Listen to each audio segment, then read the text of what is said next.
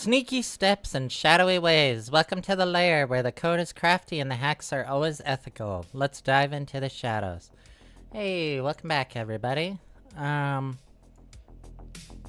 We're continuing on with the game of Active Directory. So just to kind of go over for kind of a recap of what I did last time. Let's see.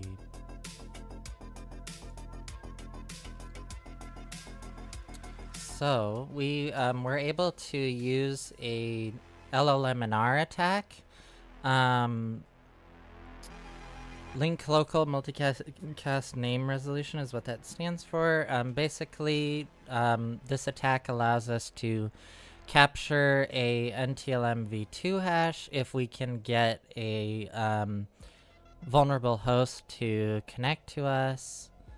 And we were able to capture the NTLM v2 hash of rob.stark.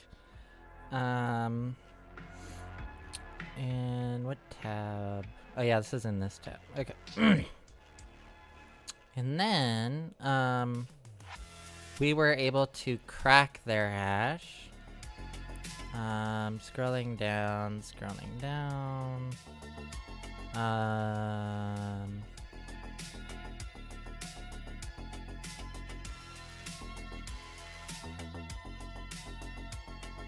We also did capture the NTLM v2 hash of eder.stark, but we were not able to crack that hash. The next thing that we did with the credentials that we were able to get by cracking the NTLM v2 hash of rob.stark is we were able to dump the ntds.dit secrets, which is just a file on a domain controller that contains all of the password hashes of every single user in the domain. So that means that we have successfully compromised the .11 host, which if we look at our host file is called Winterfell. So we've compromised Winterfell now.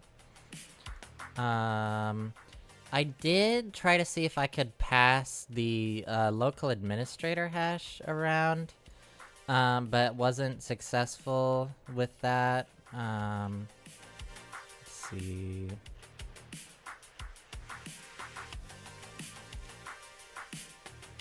As you can see here, I did it with local auth and didn't get a successful authentication, as well as ran it against the domain and was only able to pound the same host that we've already compromised. So there's no password reuse for this this administrator hash in the environment.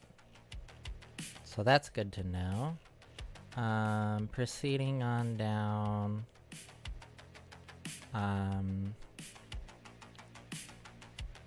So if we look at Bloodhound,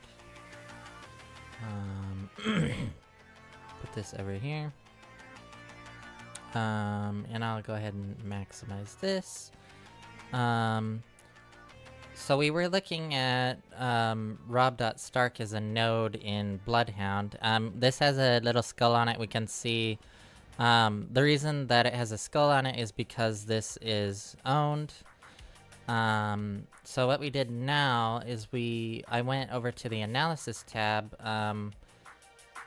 on when rob.stark is selected as the node, and then went over to analysis, and then ran the shortest path from owned principals. We're not really concerned about this because we've already... Oh wait, actually...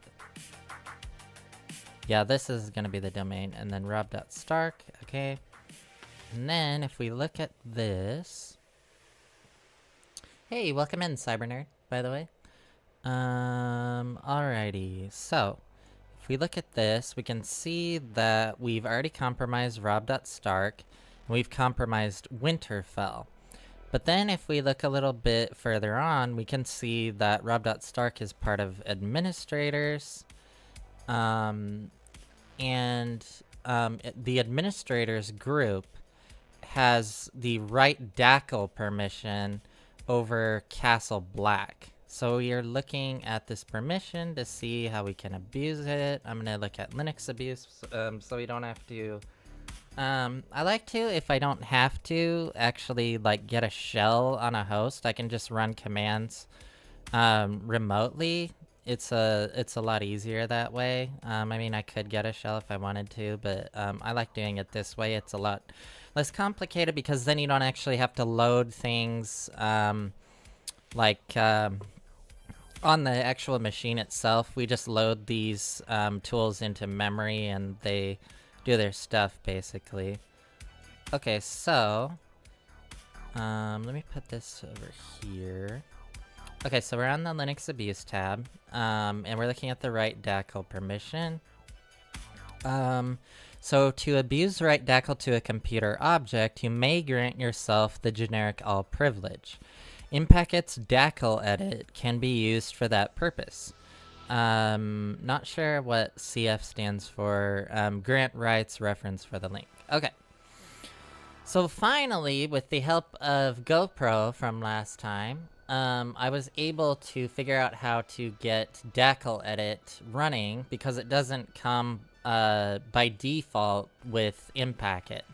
But it is now, I'm now able to run it successfully, and we will see how we can. Lies, I did nothing. Yes, you did, GoPro. I don't think I would have figured that out by myself. Maybe after a few hours, but I do appreciate your assistance. Okay, so potential arguments. We're just gonna be looking at this guide right here, though. Let's scroll down a little bit. So, okay. So how do we do this? So we're gonna run Python 3 DACL edit. Oh, by the way, DACL stands for Discretionary Access Control List.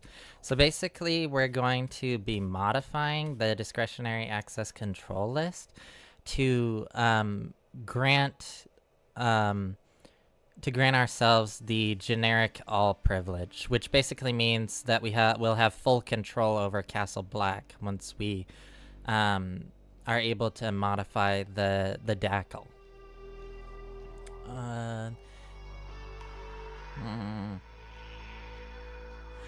By the way, welcome in, GoPro.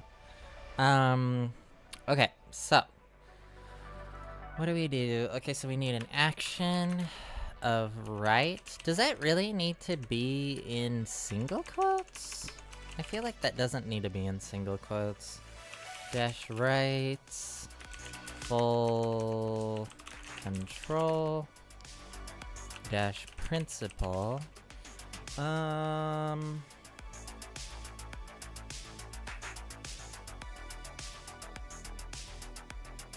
To abuse right DACL to a computer object, you may grant yourself the generic all privilege. In packets, DACL edit can be used for that purpose. What is the principle gonna be?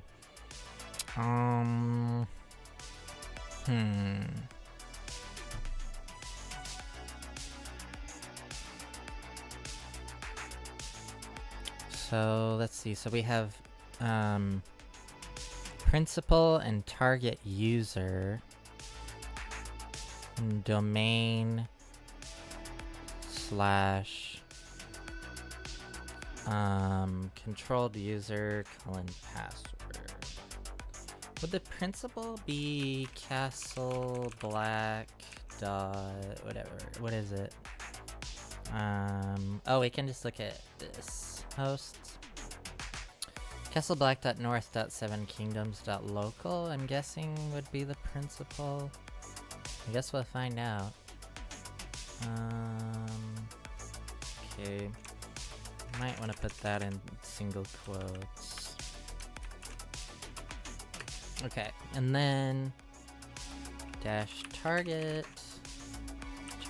user. Would that just be rob.start?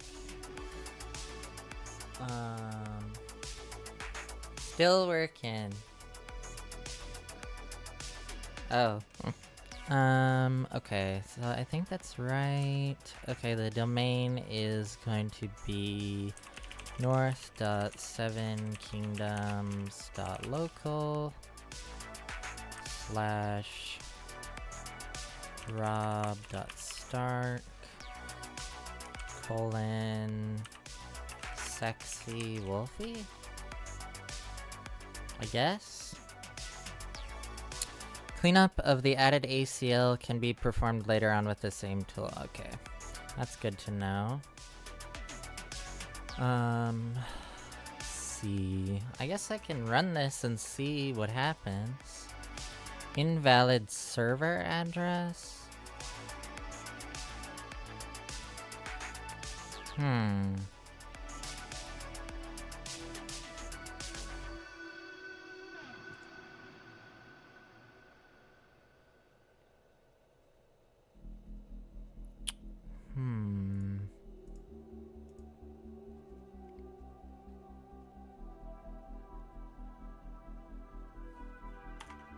Yeah, I don't think this is the problem, but I'm gonna go ahead and put this stuff in single quotes just in case.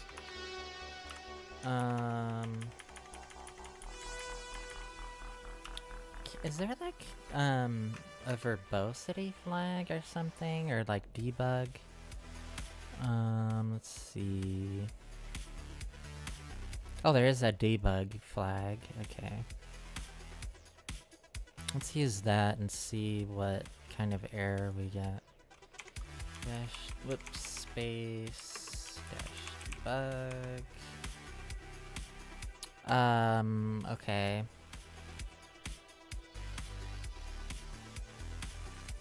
Hey, welcome in, Rana. Raise LDAP socket open error, invalid server address.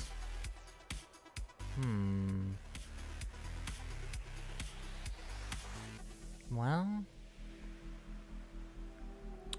Oh wait, principal controlled user. Oh, I should have read this better. Oh shit, okay. I wonder if this is gonna be the machine account then. Wait a second though, target user, you need credentials for that. Oh, is the controlled user... Let's see. Wait a second. Okay, yeah, I think that's right. I feel like this is right. Controlled user... Oh wait, maybe... Is this the machine account, maybe? For Castle Black? $.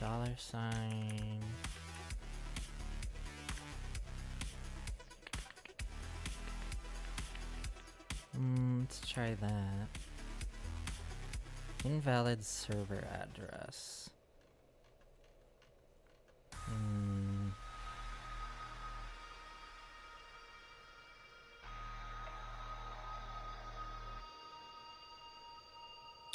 Do I need -DC-IP?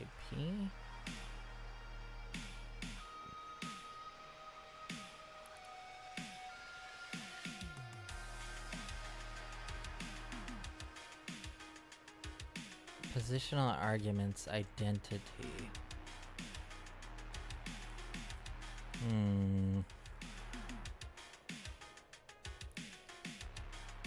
So this is the identity.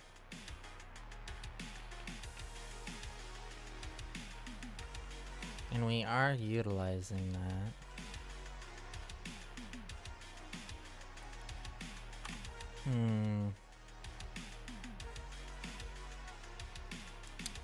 Python 3 declaredit.py -action right -rights full control -principal Castle Black $, -target user Oh, wait a second.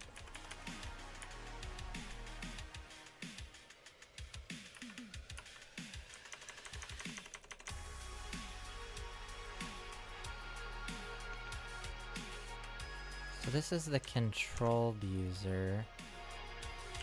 Is that rob.stark? And then the target would be castle black $. And then we have the identity, which is just our authentication information. Let's try that. Invalid server address.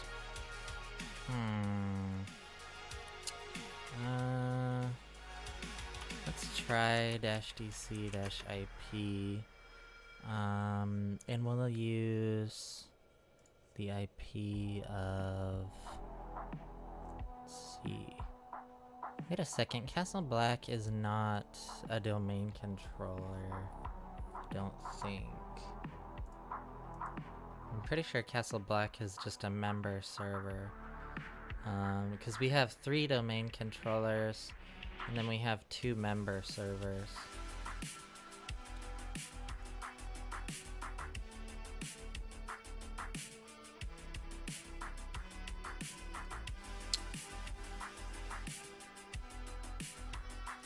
I'm not even sure if this is actually a good approach or not, because technically we've already compromised the north.7kingdoms.local domain. This is just a member server of this domain. So maybe we should be trying to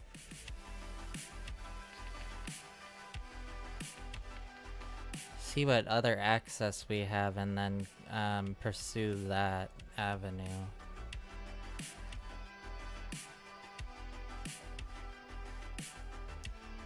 Because I'm not sure if compromising this host is actually going to give us any additional access.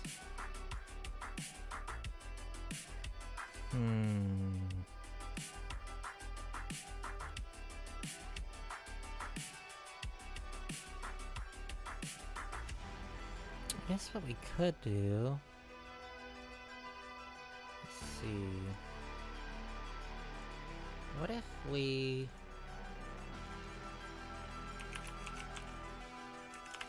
look at Castle Black and we look at reachable high value targets?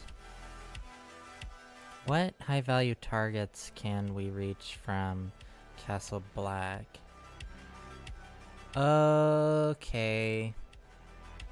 Yeah, so this isn't even worth pursuing this, I don't think, because if we compromise Castle Black, that just gives us an avenue to compromise Winterfell, but we've already compromised Winterfell, so we don't need to do that.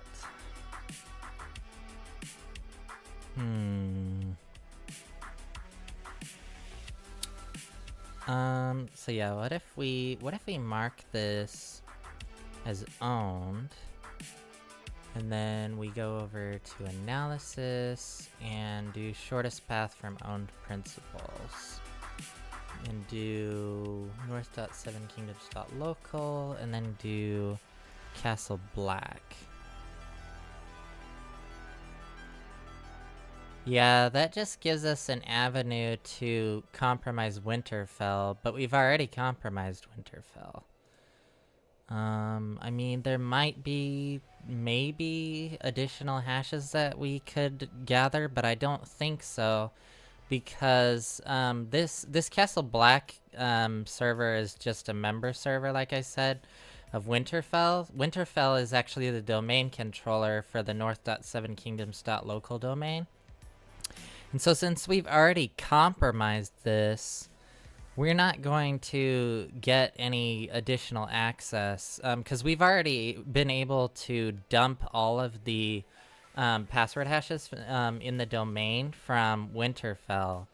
I mean, I guess there could be local hashes that we could dump from Castle Black, but yeah. Okay. Let me unmark this. So we do have some additional users. Start.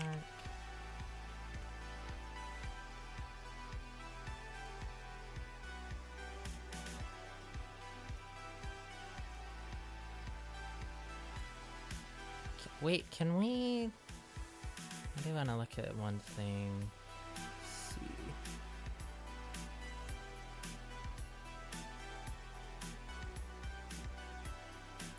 I want to run this again. Shortest path from on principles, north.7kingdoms.local, and do Winterfell.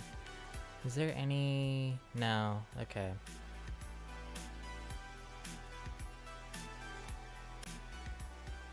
Oh dear. Huh.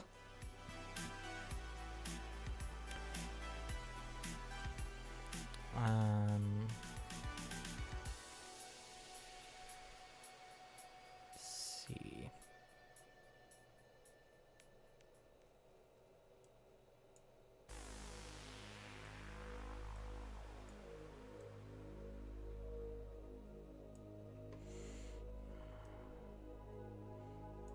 Where is... Oh, there he is.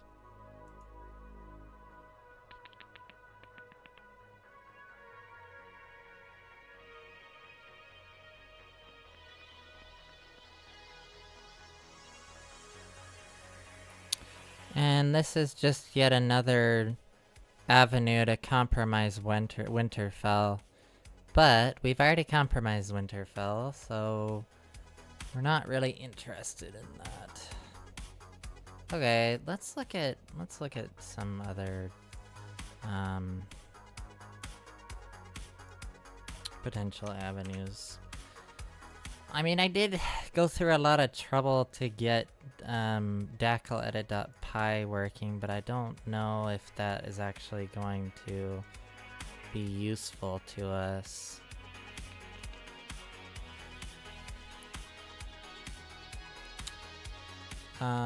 Let's look at, so we have Arya, Arya.Stark. We have compromised her. We have her password, so we'll mark her as owned. Select her. See reachable, high value targets. Again, Winterfell. Okay. Shortest path from owned principals. Arya.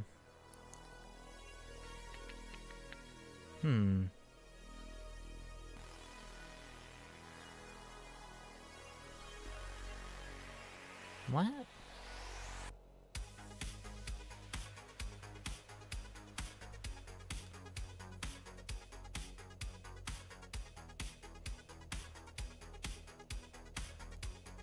Shortest path to high value targets.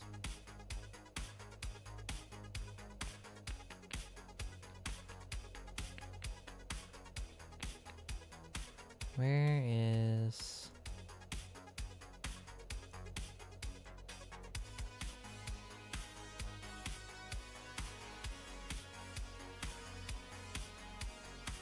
Where's Arya?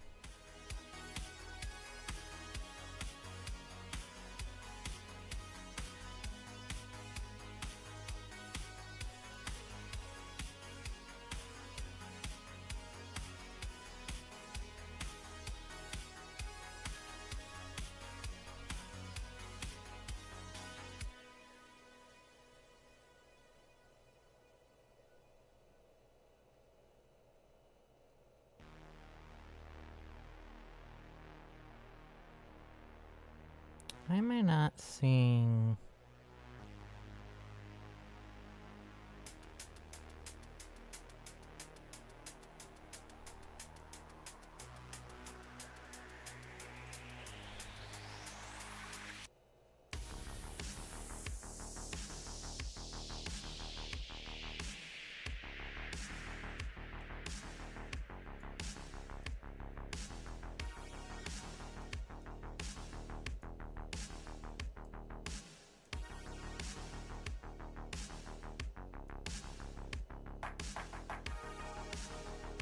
Whoops.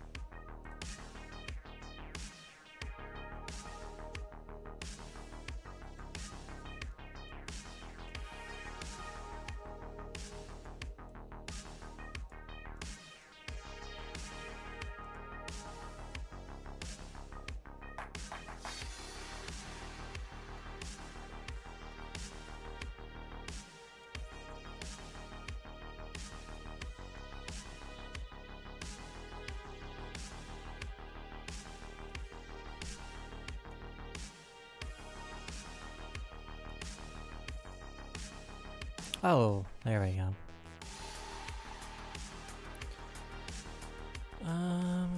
Okay, so let's see.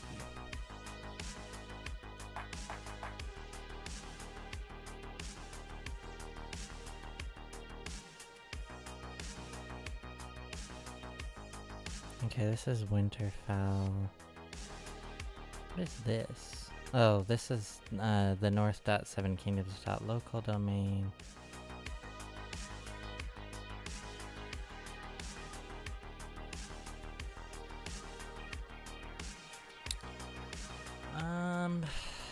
Let me see something. Let's see. Winterfell. .7kingdoms.local.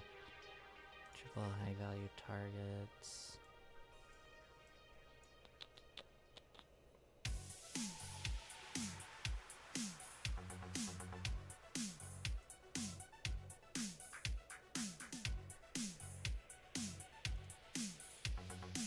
Let's look at the domain trusts.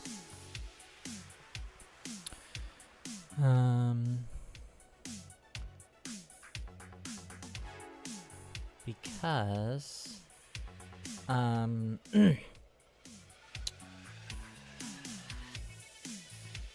north.7kingdoms.local is just a subdomain of 7kingdoms.local. So maybe there is a trust that is set up between these domains, most likely. And maybe we could abuse that to... And then we also have this other child domain called essos.local.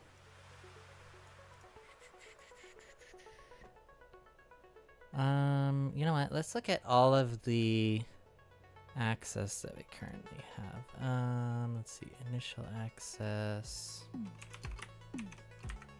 /home /hack/goblin /document /gold. Back here. Cat passwords.text. Oh wait, no, that's not what I'm looking for. I'm looking for, let's see. Did I make, oh yeah, cat creds.text. Okay, so we have rob.stark, we have aria.stark, we have samuel.tarley, we have brandon.stark, and we have john.snow. So I need to look at the, what all of these accounts actually have access to.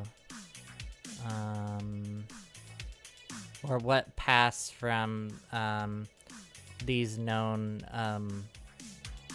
principles we can use to carry out our goals. Let's see.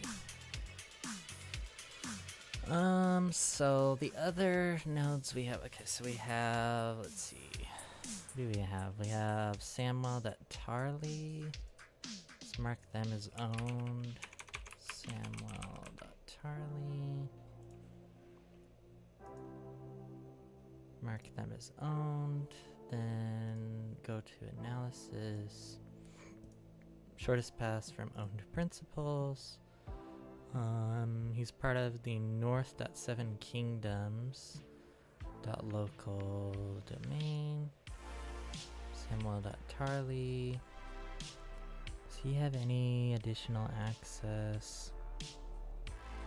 Let's see.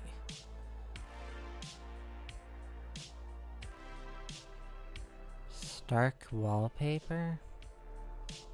Huh. There's a GPO called Stark wallpaper. Right dackle over that. GP link to north.7kingdoms.local. Contains computers at north.local. Contains, okay.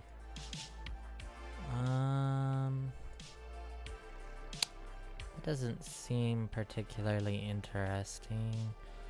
Shortest path to high value targets, north.7kingdoms.local. I think we kind of already looked at this. Oh, let's try John.Snow. We've compromised his account. We click, mark user as owned. Shortest path from owned principals, north.7kingdoms.local. John.Snow. Okay.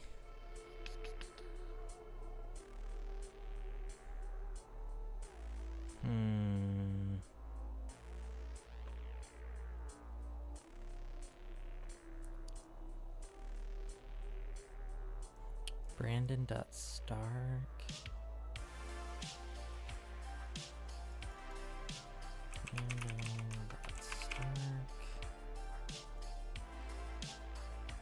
Mark them as owned. Shortest path from owned principals, north.7kingdoms.local, Brandon.Stark.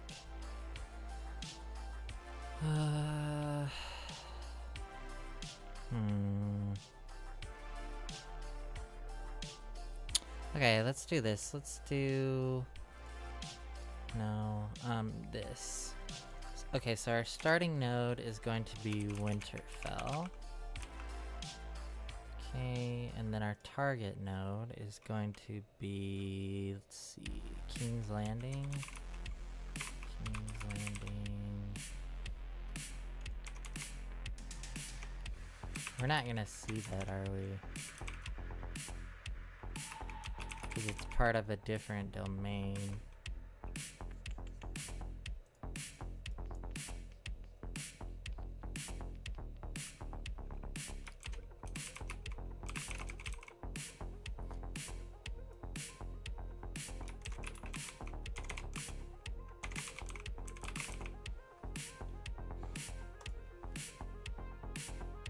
No data returned from query.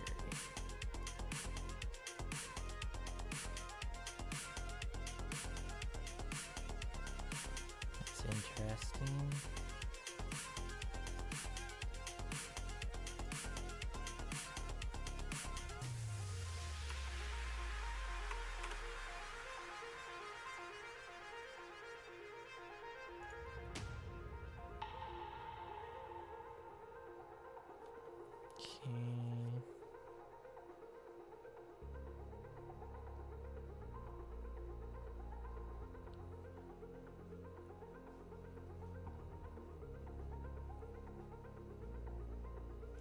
Look at GPOs. Stark wallpaper, the default domain policy, default domain controllers policy. That doesn't seem particularly interesting.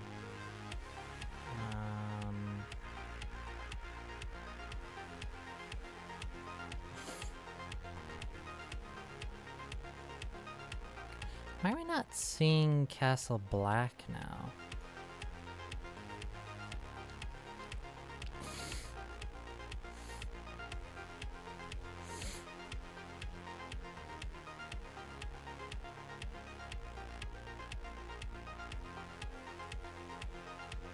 Local admins. Found execution rights. Group membership, local admin rights, outbound execution rights, inbound control rights, outbound road control control.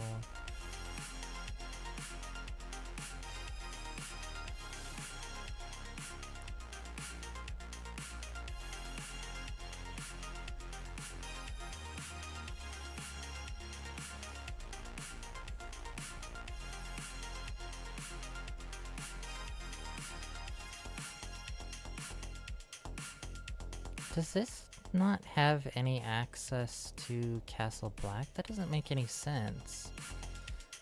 Because Castle Black is a member server of Winterfell. Let's see. So we have King's Landing. This is the root domain. Then we have the north.7kingdoms.local domain, which is a subdomain of 7kingdoms.local. And then we have the essos.local child domain.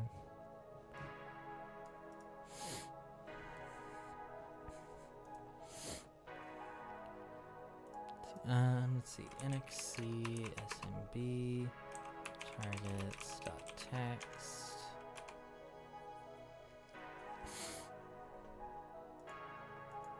Oh, one thing we haven't done is we haven't looked at shares that any of the compromised users have access to.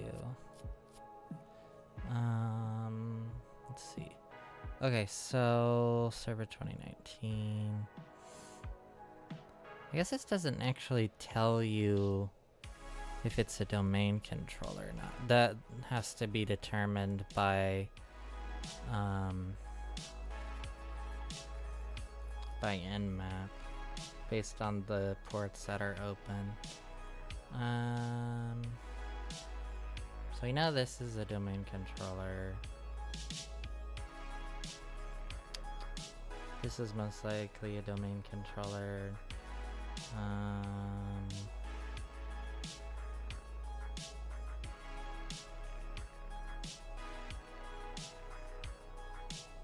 Domain controller, member server, yeah.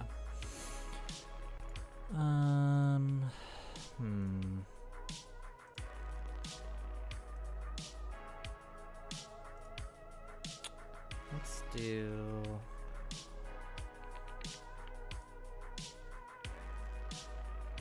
Wait, why did I run that here? I mean, I guess it doesn't really matter. Let's see, NXC, SMB, targets.text-u, rub.stark-p, sexy wolfie, --shares, right?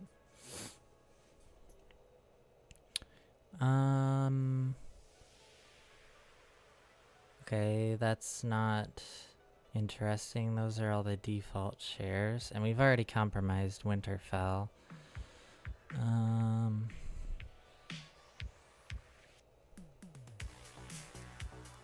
Let's see. Let's look at Arya.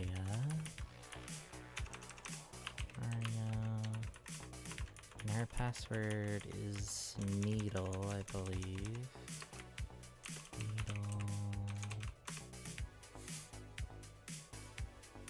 Anything?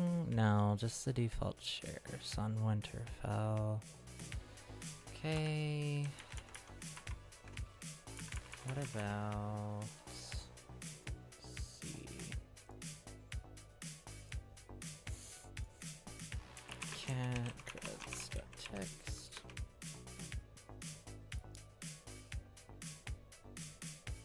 About Samuel.tarley.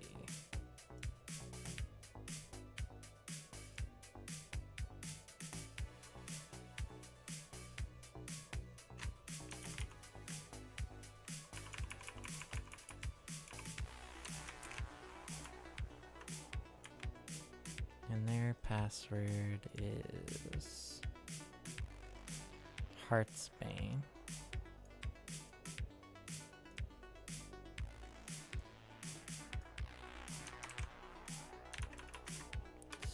Do you have access to any shares? No. Default shares. Let's see. So we looked at Rob, we looked at Samuel, we have looked at Aria, we haven't looked at Brandon.Stark.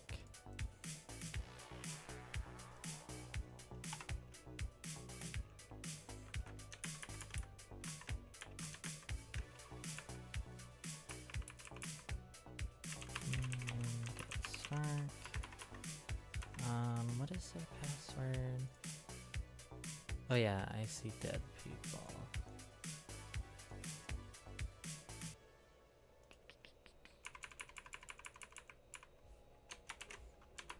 And then last but not least, John.Snow.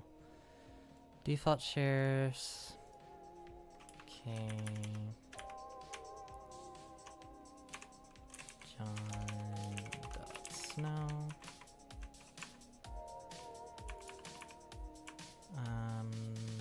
Their password is I know nothing.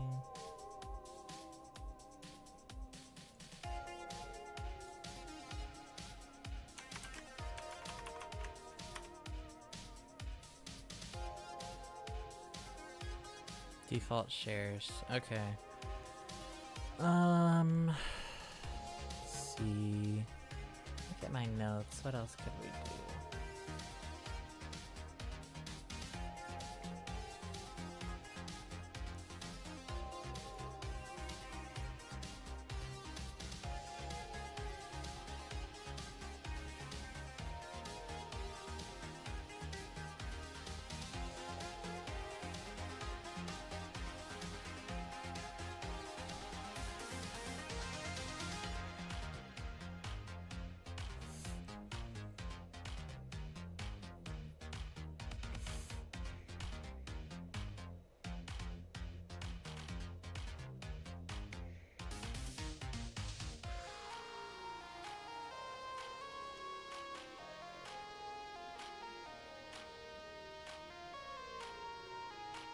Still not sure why I can't run that path. I don't know, maybe I should keep pursuing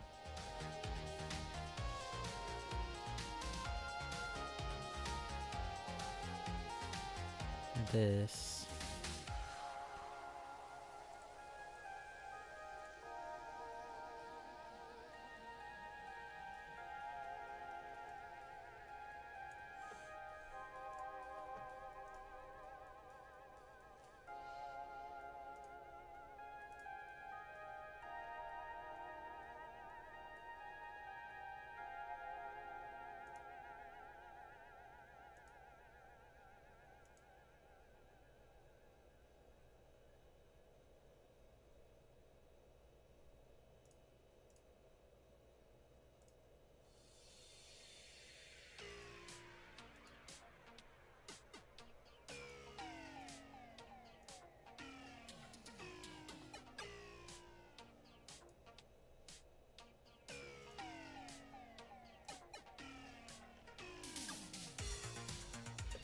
Could look at some IPv6 attacks.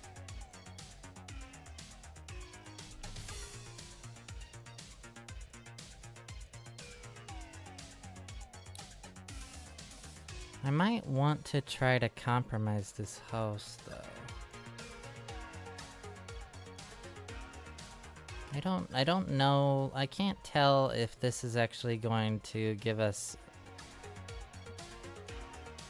additional access or not.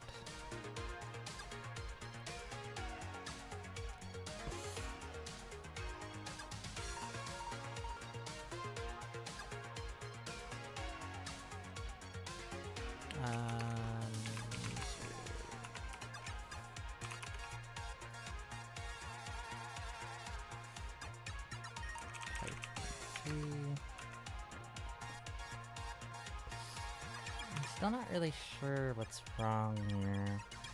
Invalid server address. I guess I'll Google this.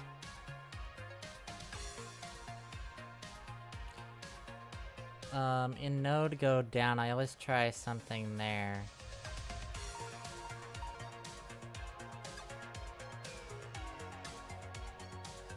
What, Ronan?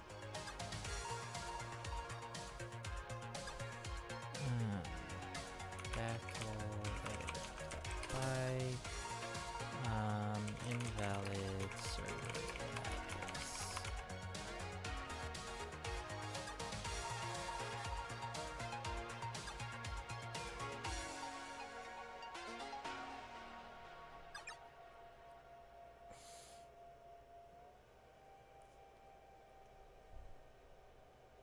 In node, go down. I always try something there. Sorry, what do you mean, Ronan? Let's see.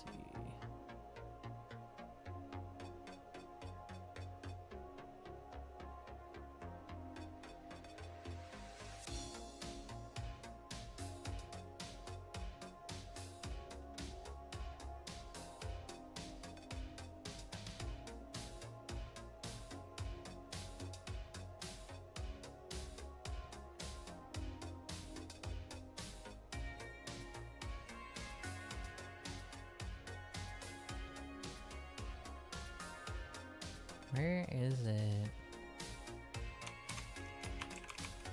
Hell yeah! Goblin life! Nocturne in the Dark followed your channel. Thank you for the follow, Nocturne in the Dark. Appreciate it. Let's see. Oh, so they do use -dc-ip here. Well, there it is. Jeez.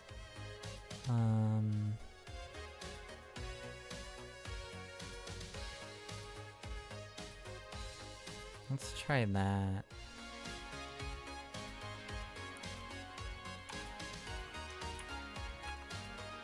-dc-ip172.16.0.11. Okay, so that worked. Oh wow, it even creates a backup of the discretionary access control list. Okay, so that was modified. Apparently we just needed this DCIP flag.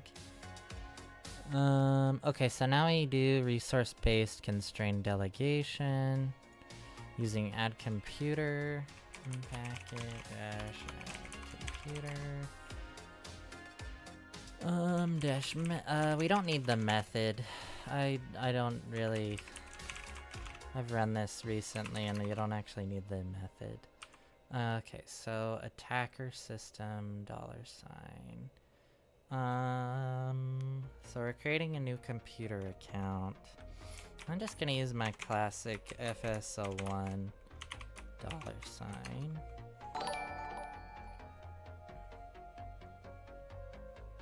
What is that?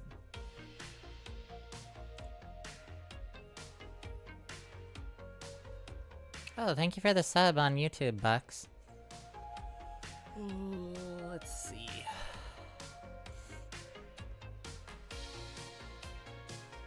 Okay, so we're creating a computer account of FSO1 $. I'm gonna set a computer password of hack the planet, exclamation point, -dc-host, domain controller, I'm gonna put this in single quotes, Winterfell, let's see. -domain-net BIOS. Is that actually, do we actually need that? $domain. Oh, wait a second. These are variables. This is not supposed to be Winterfell. Let's see. Do we really need -domain-net BIOS? I'm just gonna do the identity north.7kingdoms.local. Raw. Oh wait. Yeah, Rob.Stark. One sexy Wolfie. Let's try that. I don't think we need -domain-net bios.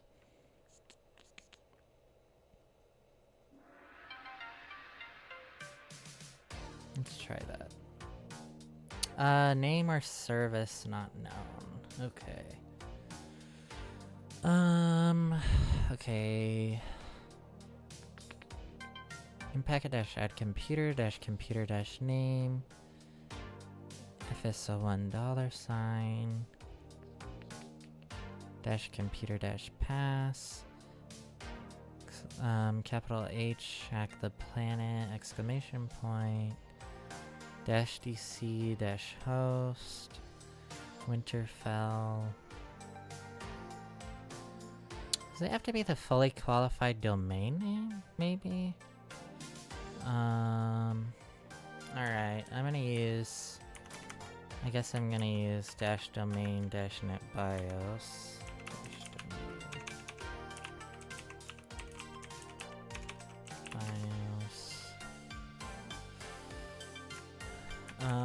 Domain north.7kingdoms.local. Okay, and then we have the identity.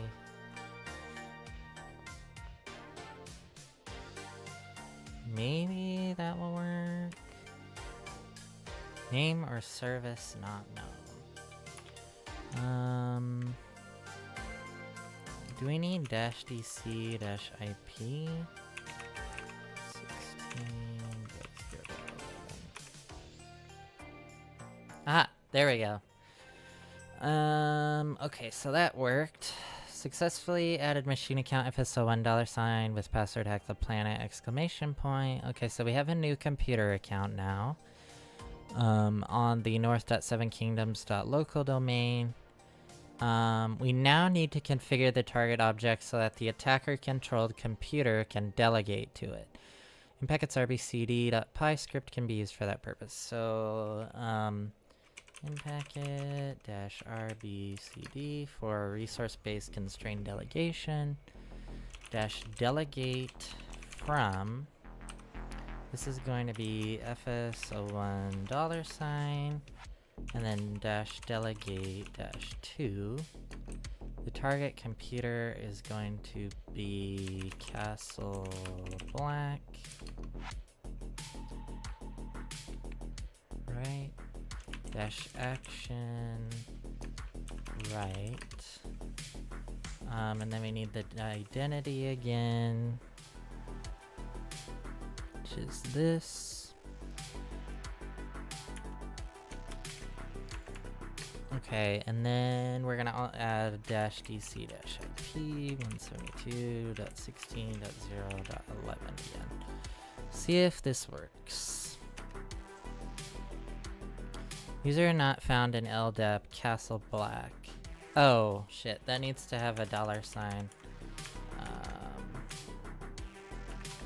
Because that's a machine account. Okay, let's try that. Attribute, MSDS allowed to act on behalf of other identities empty. Delegation rights modified successfully. FSO1 $sign can now impersonate users on Castle Black $sign via S4U2 proxy. Accounts allowed to act on behalf of other identities. Okay, so that we're successful doing that. Let's see. Oh, we have an ad break.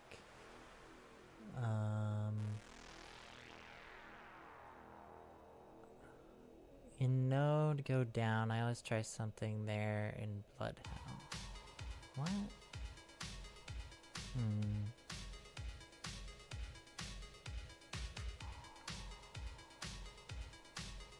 Okay. Let's see. I'll wait until the ad break ends to finish Speaking.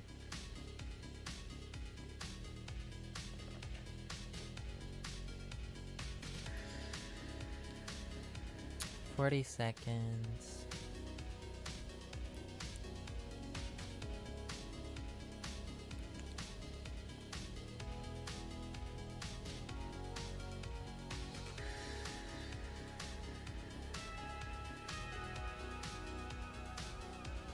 "20 seconds.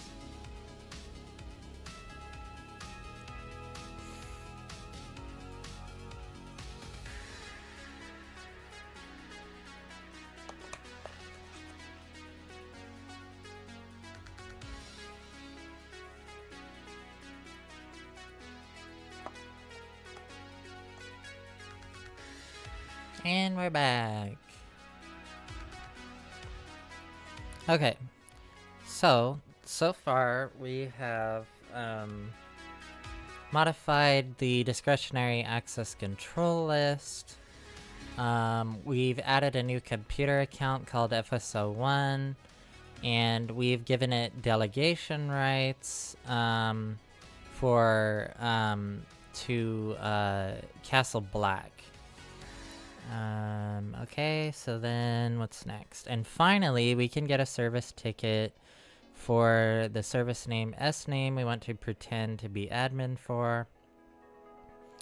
Impackets get st.py example script can be used for that purpose. Okay, so impacket dash get st dash service principal name CIFS Castle Black dot north dot 7 kingdoms dot local dash impersonate administrator,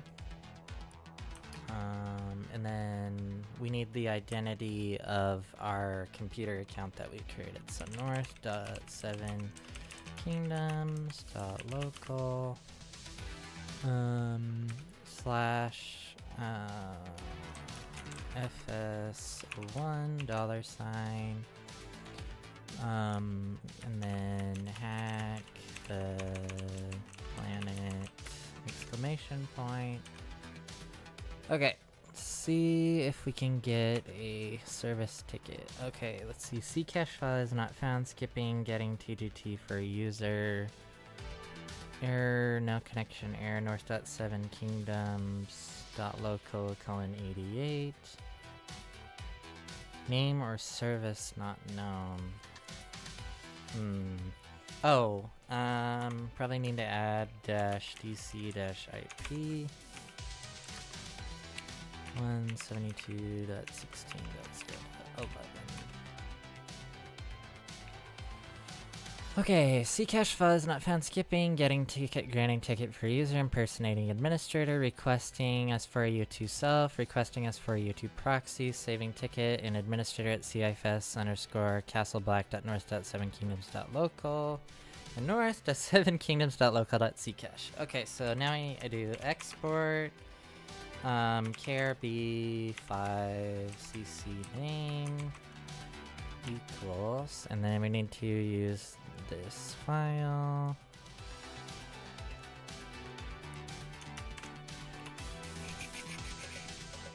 Shadow, let's see, this ticket can then be used with past the ticket and could grant access to the file system of the target computer. Shadow credentials attack. To abuse this privilege, use PyWhisker.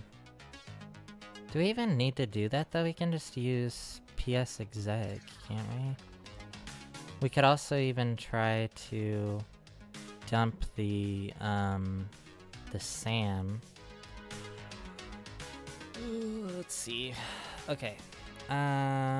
Does this need to be... I wonder if I should put this in quotes. Okay. Now we do impacket dash... I want to do secrets dump. North.7kingdoms.local administrator colon we're not using a password. Dash no dash pass. Is it pass? Yeah, I think it's dash no dash pass. Oh, well, actually, we need to do first at 172. What's the IP address of Castle Black? It's 22, right? .22. Yeah, .22. Okay, 172.16.0.22, and then dash K dash no dash pass. Let's give that a shot. Policy SPN target name validation might be restricting full. Oh wait. Just DC. This isn't a DC though, so I don't know if this is going to work. Yeah. Let's see. Can we dump the SAM using secrets dump? In packet or secrets dump H. V.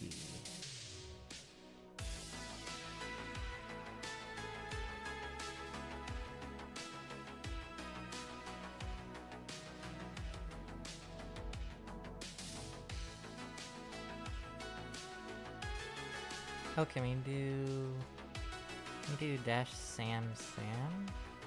No, you actually, this is a file though, isn't it? I think it is.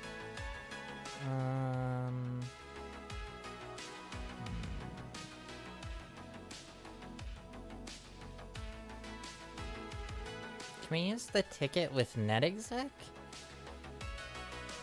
Probably, right?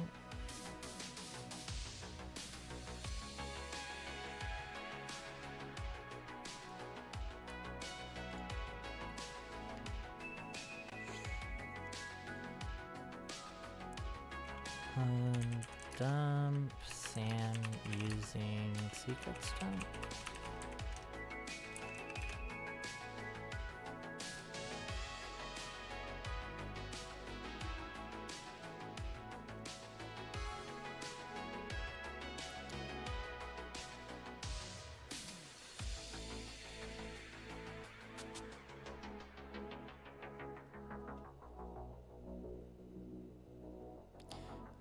Oh, you don't see.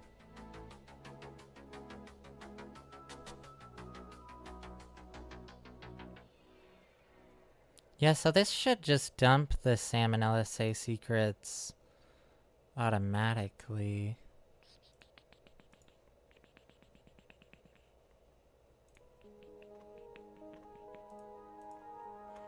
But we got an error.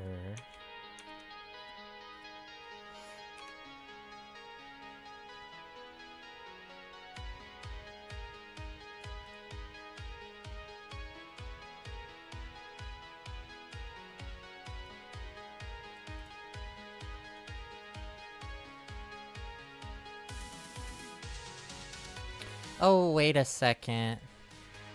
Is this...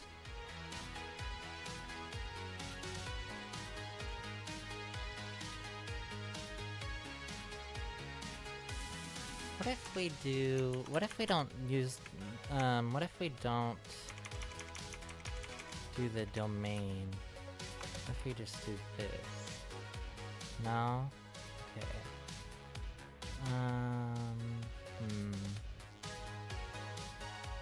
I guess we could try psexec.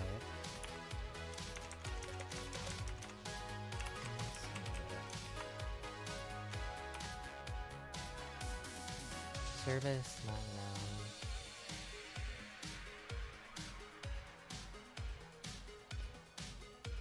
Name or service not known.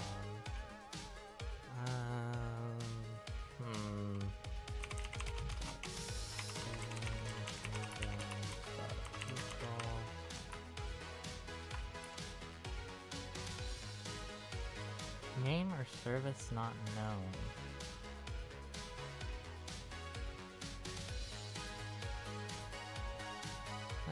odd.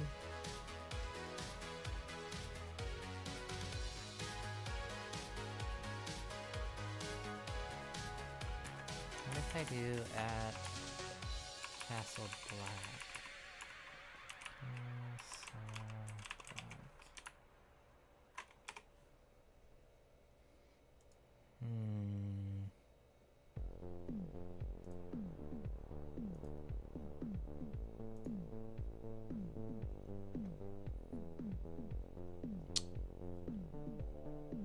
NXC has resource-based constrained delegation.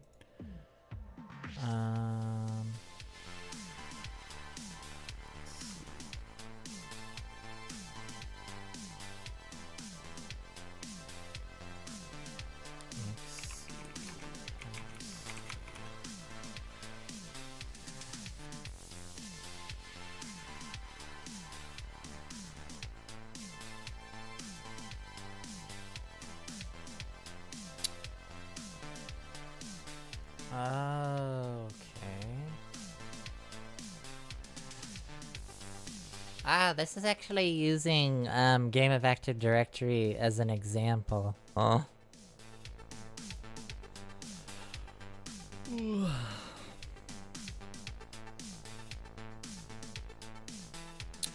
This is most likely Winterfell, based on the... Wait a second. Jon.Snow can delegate to administrator. You missed the $. Also --DC-IP in the last command. This is just a member server though, it's not a DC.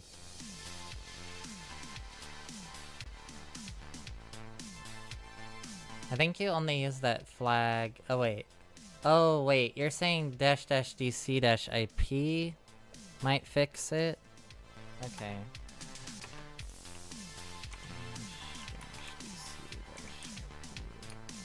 Whoops.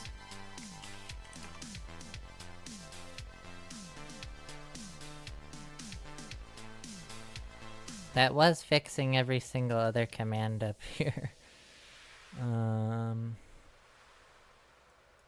Let's try that. 172.16.0.11. Oh, that's not a recognized argument. Is it for secret stuff? Oh wait, it's -DC-IP, isn't it? It's a single dash.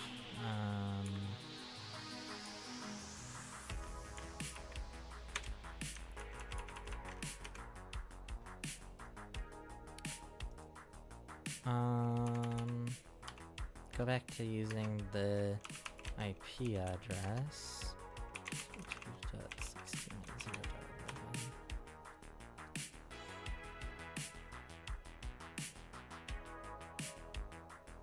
Kerberos session error. KDC error pre-auth failed. Pre-authentication information was invalid.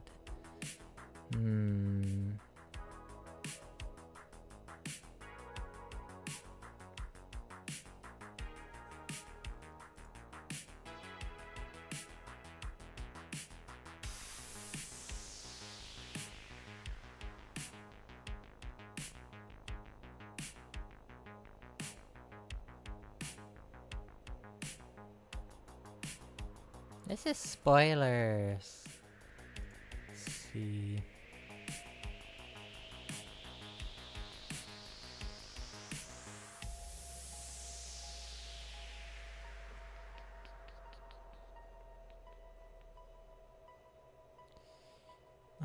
Okay, so we've already created a new machine account. We've already set the MSDS allowed to act on behalf of other identity attribute.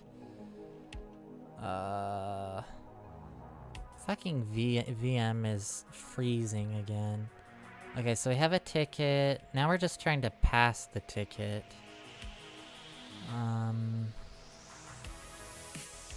God dang it, why does my freaking VM keep freezing?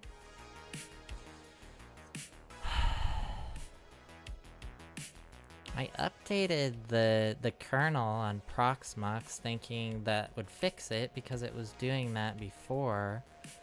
But that did not fix it, and it is just constantly freezing now for whatever reason. Well, I mean, it's not constant, it's pretty random, but it is very annoying nonetheless.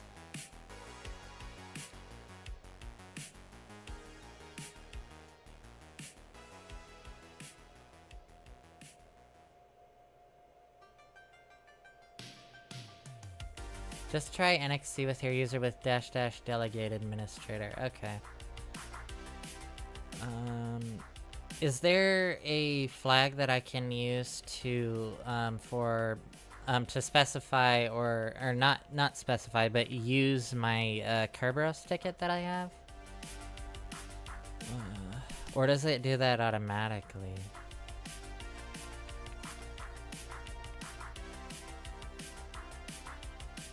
My freaking VM keeps freezing. It's completely frozen.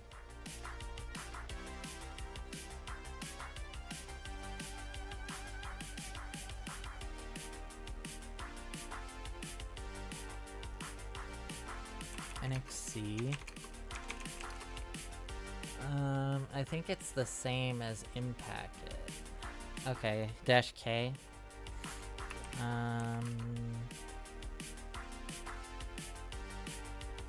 Is it with SMB or is it a different protocol? Would it be like LDAP?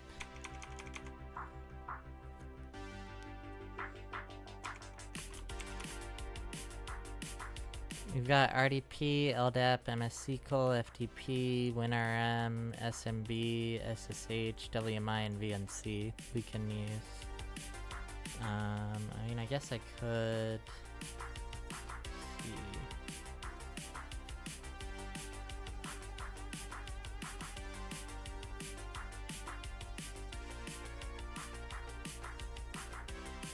And my VM froze again.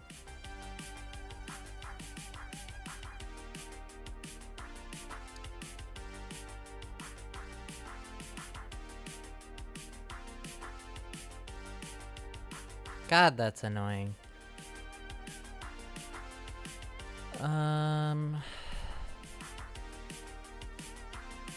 Oh, they use netexec and impacket here. Like, together. Not independent from each other.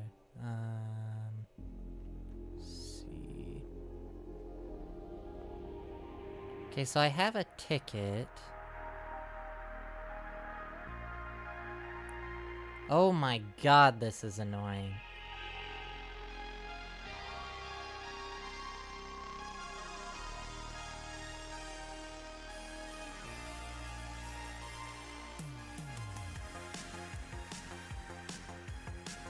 Change the controlled account without SPN's NT hash with the TGT session key.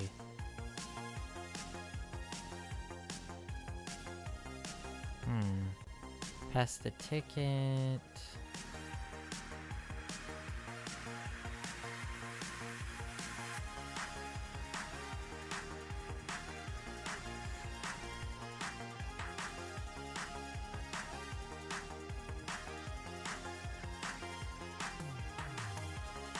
These secrets dumped up Pi with a fully qualified domain name.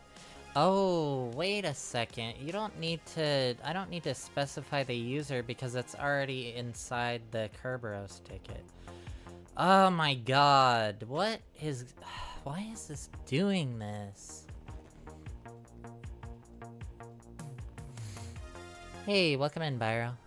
What you're trying to do, role-based delegation, resource-based constrained delegation. But my VM keeps freaking freezing. Okay, let's see, so... I don't need to I don't need to specify this. Really all I need is this. Name or service not known. Okay, I'll do -dc-ip 172.16.11. Whoops, .11. Connection error. Name or service not known. Even with -dc-ip, huh? Let me do the fully qualified domain name. Castleblack.north.7kingdoms.local.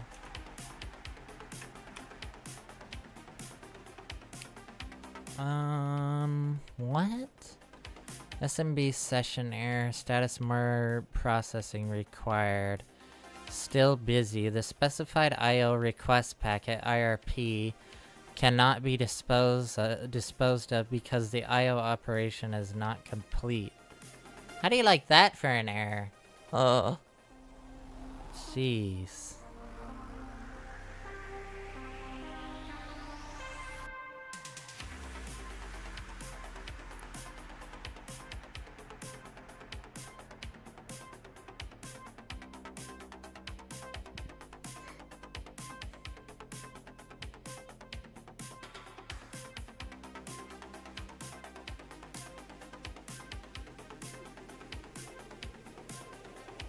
Hey, welcome in, Shal. Let's see.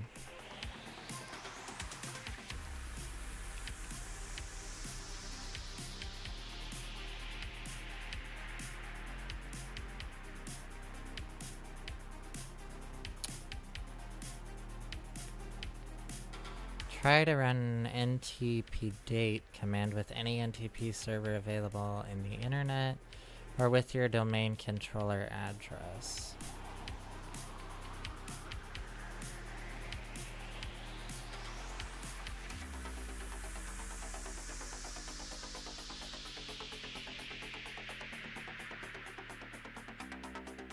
Hey, welcome in, Zebisnaga3.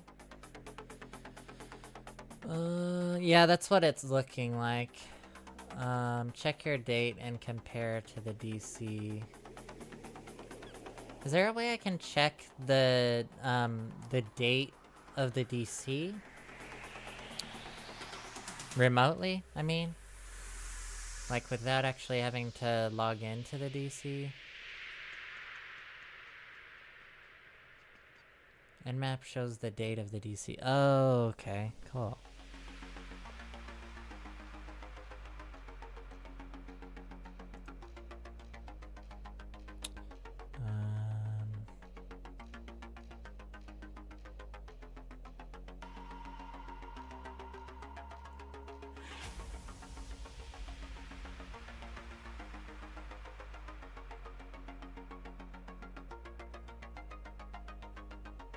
Is there a special scan you have to do for that? Because this time right here is the time that it was scanned at.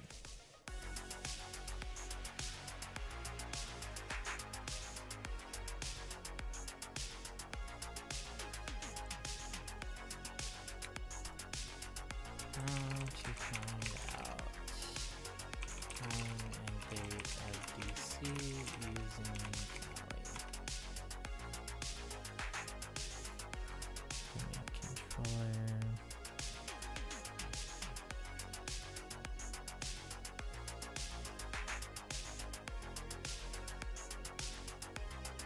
On any computer that has DNS configured to use AD's DNS server, do start run nslookup. Let's see. Try nmap-p 123-s capital U -- script equals ntp -info IP. Okay, I'll give that a shot. Okay. Let's see. nmap-p 123 or nmap-p 445 -script equals smb-os -discovery target IP. Okay.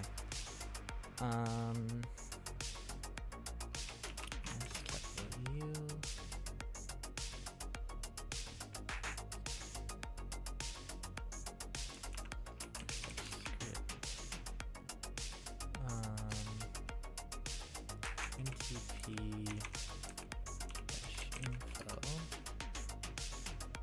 And then the IP 172.16.0.11.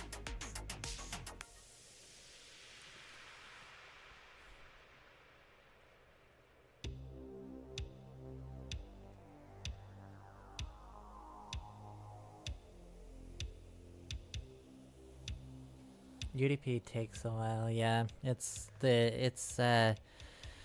throw it and hope that it lands there protocol.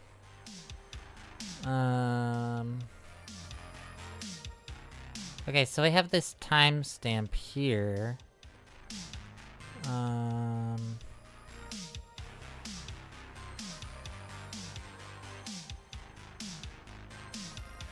NTP date.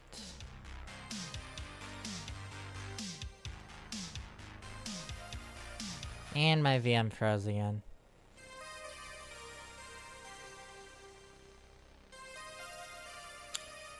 But look at the receive timestamp. Yep.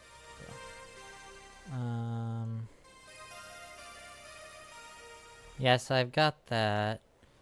NTP date. Oh, I don't have that installed. Can I just install that with apt? NTP date.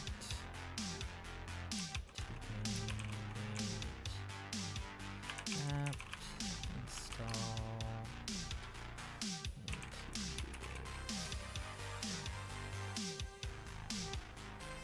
Yeah, looks like I can just install it this way.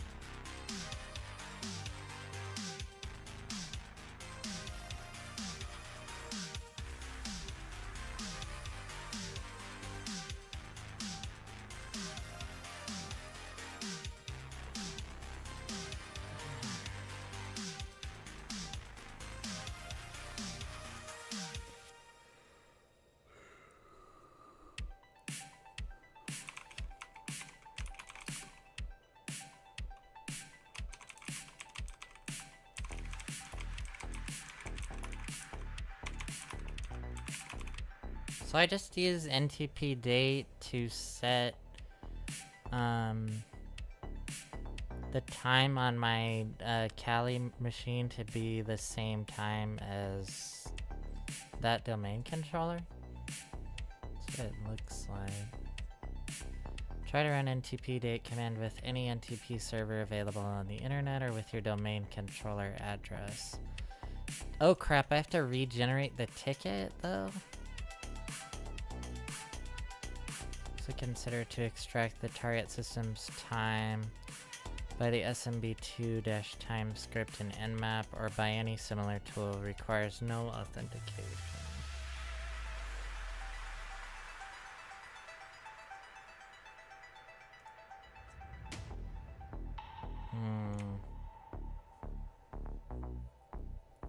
Why do I have to regenerate the ticket?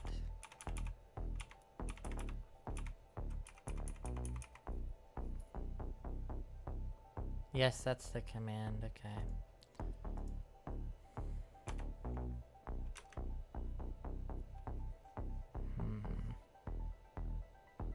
This isn't the error that you normally get when there's a clock skew, though.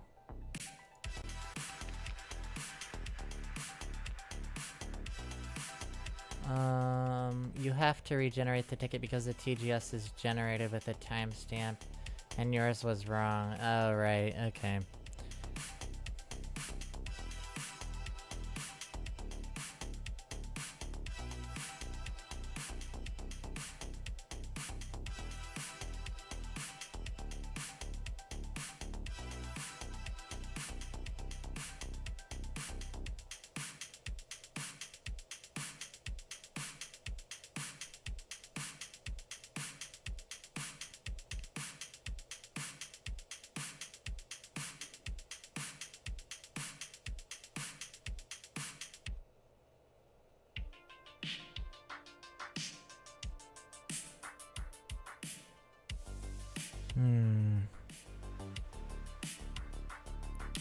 What if you set DCIP and target IP?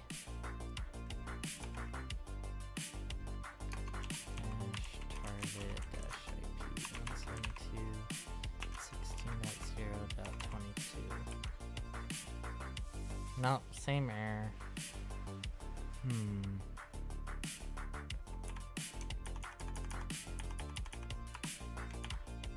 I do secrets dump.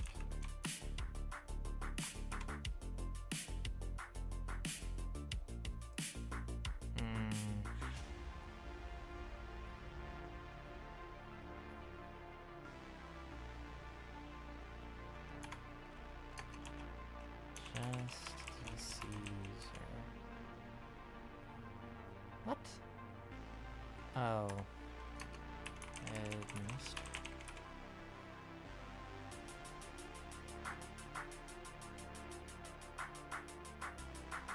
EPTS not registered. Something went wrong with the DRS-UAP approach. Dash use dash VSS dash parameter.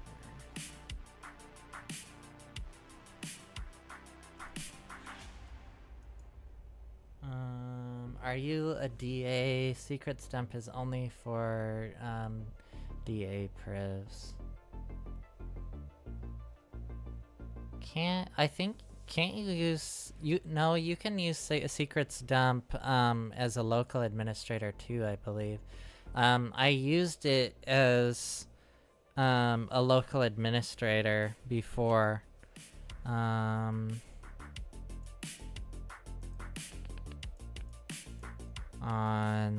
Let's see. I think I have it here somewhere.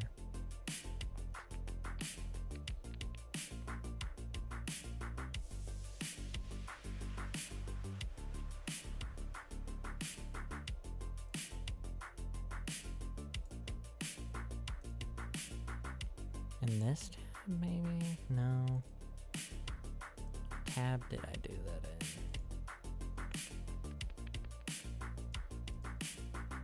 I thought it was in this tab.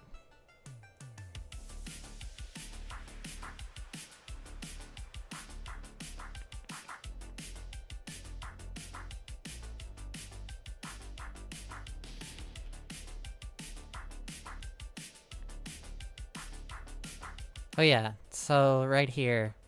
This user is not a domain admin. They're just a local administrator. And I was able to dump the ntds.dit file on this domain controller with their credentials. Oh, okay, you said yes, DA in LA, yeah. Okay.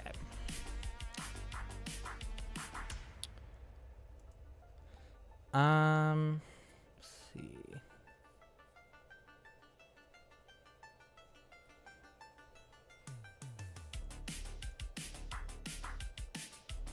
This might help if I explain how I even got to the point that I'm at, Zeb.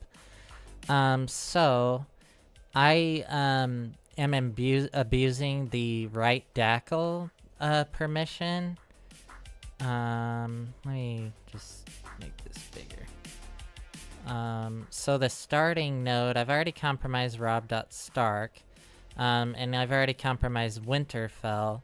But now I'm trying to compromise Castle Black. They have the right DACL permission, or, well, not them specifically, but they're the group that they're part of, administrators at north.7kingdoms.local,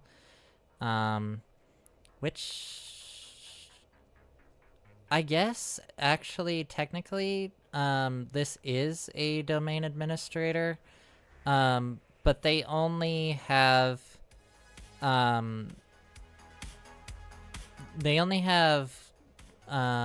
only a domain administrator on the north.7kingdoms.local domain, which is comprised of this DC here and this member server.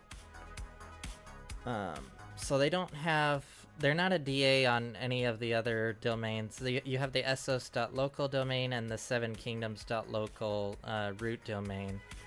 Right DACL is abused with add-domain object ACL. So I've already done that. But anyway, I'm just kind of showing what how I got to where I am right now. So if we look at the right DACL permission, go to Linux abuse. So I use DACL edit from Impacket to modify the discretionary access control list. And you can see that somewhere. Let's see. Where did I do that successfully? Let's see. Oh yeah, here we go. So yeah, right here. So I used DACL edit to modify the discretionary access control list, and give myself full control over Castle Black, which is the member server that's part of the north.7kingdoms.local domain. And then I created a new computer account, FSO1 $. And then I used, once I actually got this working anyway, which is this right here. And then I used resource-based constrained delegation from Impacket to delegate from my newly created computer account to Castle Black. So I did that, and then I got a service ticket using the service principal name of Castle Black, and I'm impersonating administrator on the north.7kingdoms.local domain using the machine account that I created. That didn't work the first time. I had to change something. I had to add -dc-ip, so I got a ticket granting ticket for the administrator account. I exported that to KRB5 CC name, and then now I'm just trying to authenticate and either use secretsdump or psexec to gain a foothold on Castle Black. Oh, okay. So I think you really need to adjust the clock skew. Okay. Let's see. You can use it to add replication permissions to a user, then perform a DC sync. I'm just gonna continue on the path that I'm on, Byro. Let's see. Because I've already modified the discretionary access control list and gotten resource-based constrained delegation. Let's see. I wonder if I should do the shadow credentials attack, because that's what they're doing here. They're using Pie Whisker.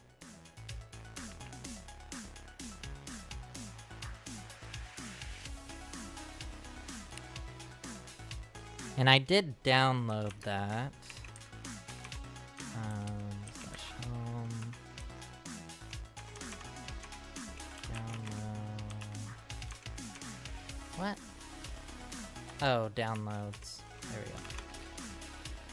Okay. Python 3 pywhisker.py -d domain north.7kingdoms.local -u controls account. So this is gonna be my machine account, I believe. FS01 $. Wait, this doesn't seem to be using the ticket though. For other optional parameters, view the PyWhisker documentation. Okay, dash P. Hack the planet, exclamation point. Dash dash target. Administrator. Dash dash action. Add. Invalid server address. Of course. 3 pi whisker. Pi. H. C.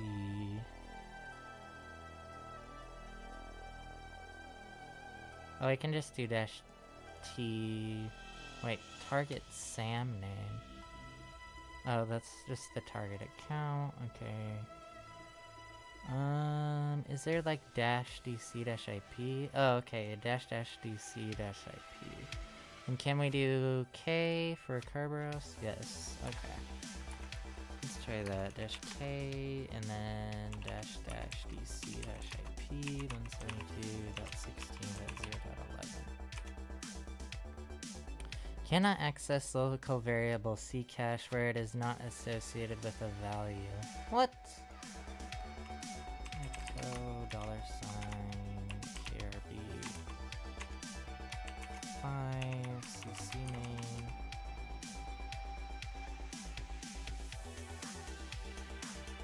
What?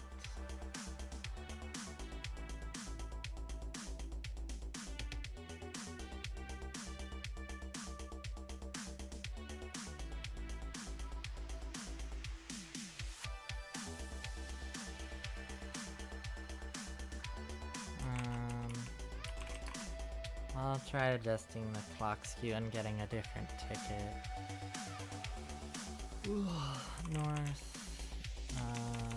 winterfell.north.7kingdoms.local. Response dropped.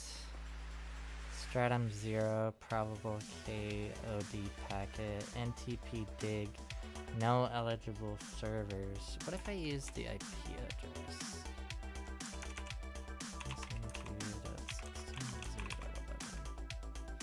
172.16.0.11. No eligible servers. Okay. So I can't fix the clock skew that way.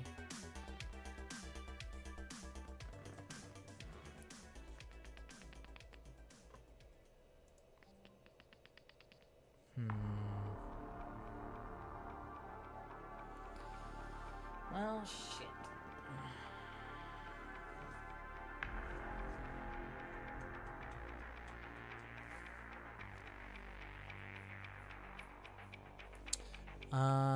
Just add a group to the domain and give it replication privileges. Add a user, then DC sync it, lol.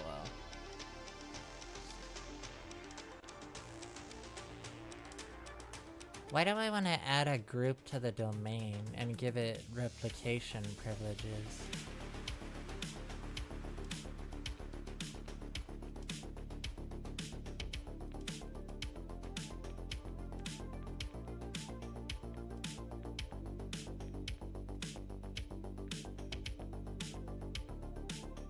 Because then you can DC sync. Can use fake time. The thing I'm not even really sure about is if I even want to pursue to try to compromise this host, because this is a member server of the north.7kingdoms.local domain, and I've already compromised the domain controller for this domain. So would I even want to pursue compromising this host?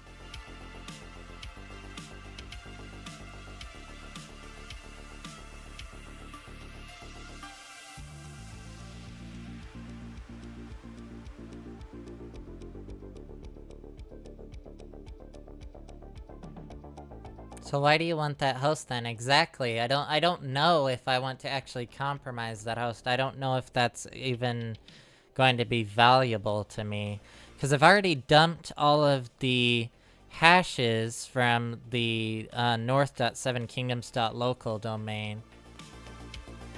And I did actually even get the, I mean, I got, obviously, if I can dump the ntds.dit file, then I get the hash of the administrator.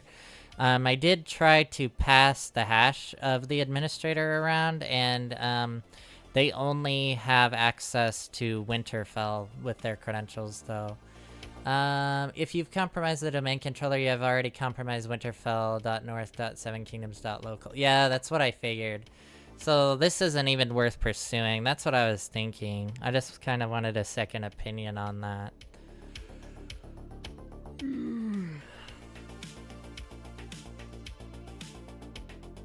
Oh my god, I'm so stupid. I bet I can just do this.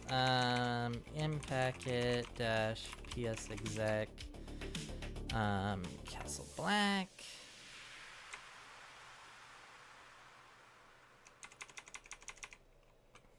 Local slash rob.stark at actually this is just supposed to be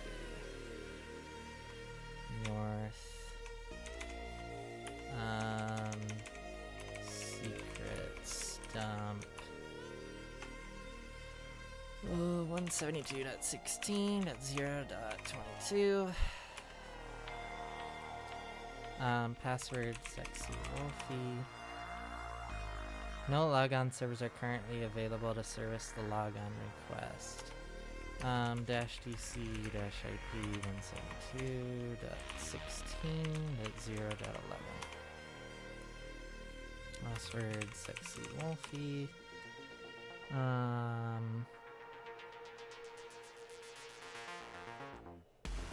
What is this shit?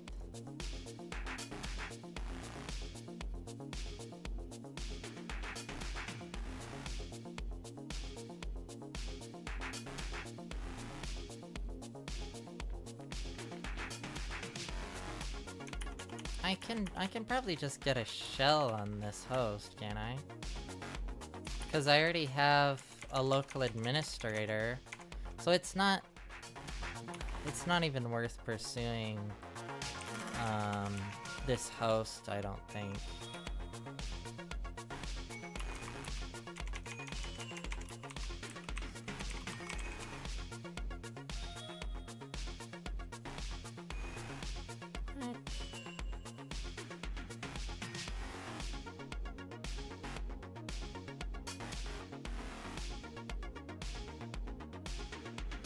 No logon servers are currently available to service the logon request. You trying different hacking breaches? Yeah. Hey, welcome in, der Duppes 420. Are you targeting the domain controller there? Yes. Yeah. If SMB doesn't exist, you won't be able to connect that host. Oh, yeah, that makes sense. I think all of these hosts do have SMB enabled. Yeah, 22, 445 is open. And, what do you call it?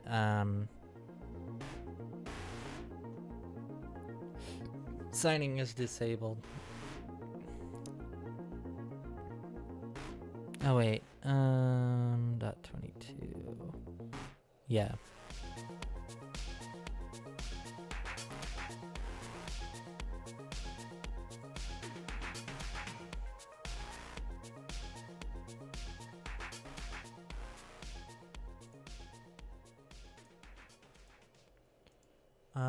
Let's see. Does the user have write privileges in those shares?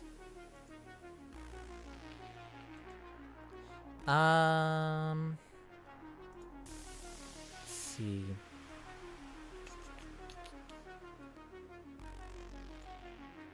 NXC, SMB, targets, text, Actually, I'll just do 172.16.0.22. Dash u rob dot stark dash p sexy wolfie dash shares.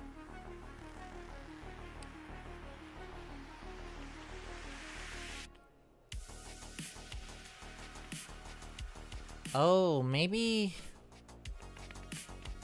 Wait, what does this mean? Oh wait, what if I do dash local dash off dash shares? Oh wait, is it dash dash? Dash off,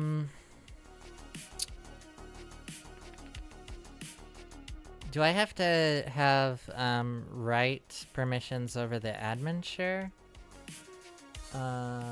So the user can't access the shares. Oh, okay. So I guess Rob.Stark doesn't have access over that machine.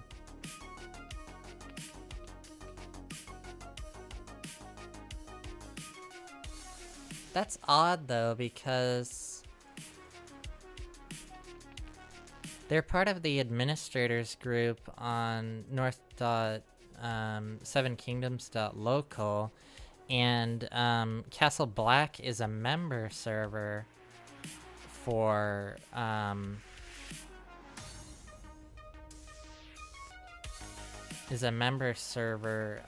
north.7kingdoms.local. So why can't they authenticate?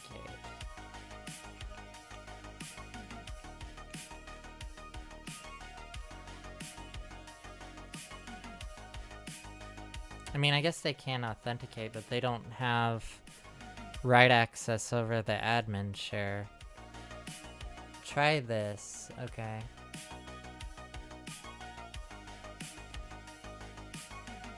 What you got? John Hammond made a video about NXT. Have you heard of John Hammond? Yes, of course, Time Cop.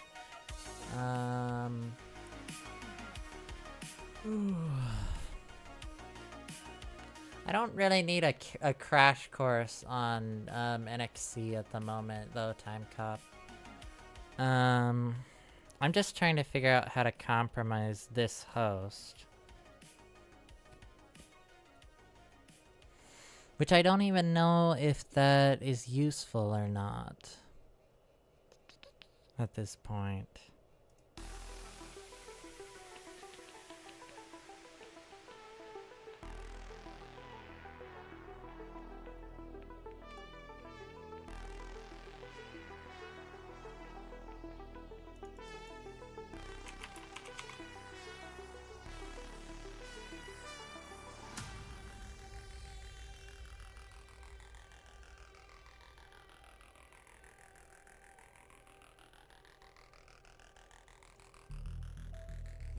The only reachable high-value target for them is Winterfell, but I've already compromised Winterfell. What command? You didn't send a command, Byro.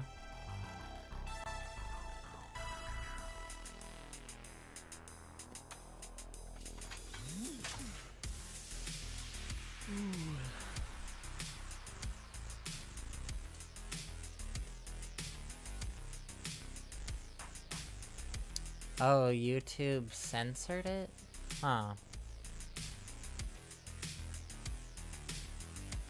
Oh, so Winterfell is allowed to delegate to Castle Black. Let's take a look at this permission. Linux abuse.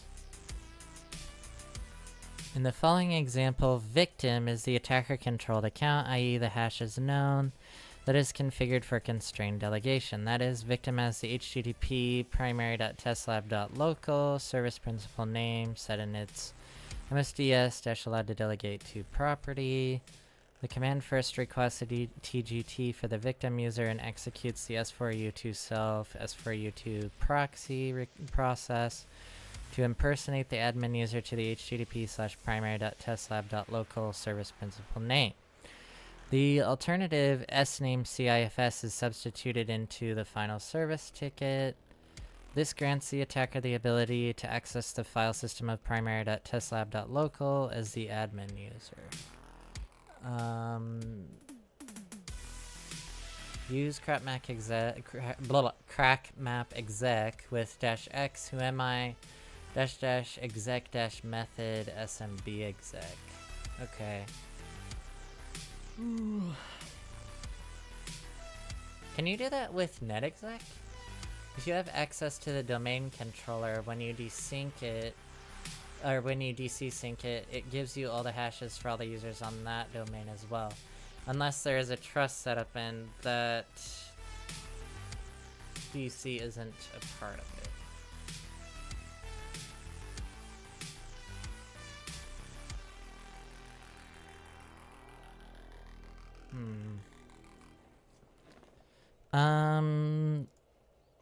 What do you mean, it gives you all the hashes for all the users on that domain as well?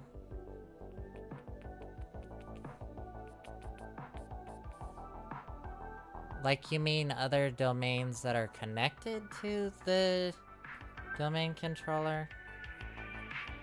That, like, have a trust relationship with it?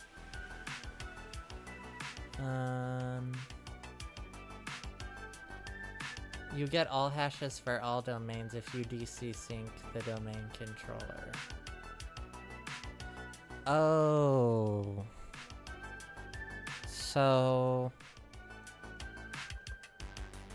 the DC sync is the same as dumping the ntds.dit file, right?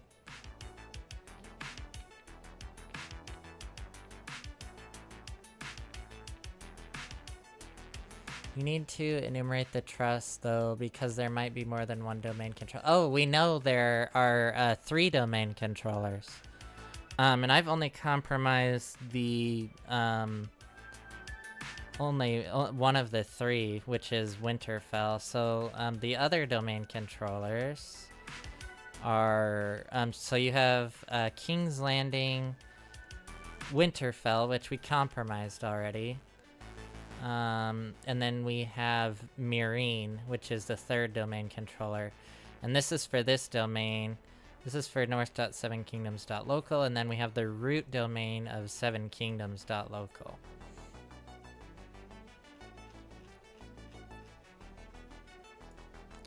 Wait, so when I dumped the ntds.dit from earlier, was that, all the hashes for all the domains? I don't know, because they're not part of the domain admin group. They're part of an administrators group, and I think they only have admin access to the north.7kingdoms.local domain.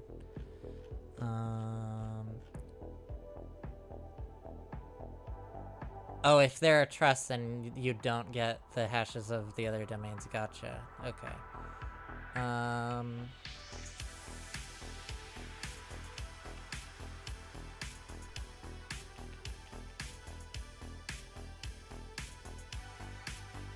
What you should do is spray the admin across the entire domain with CME.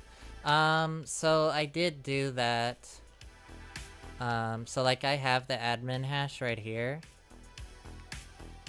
You know what? I actually have the admin hash of Eder.Stark too, and he's also a domain admin. So I should probably spray that.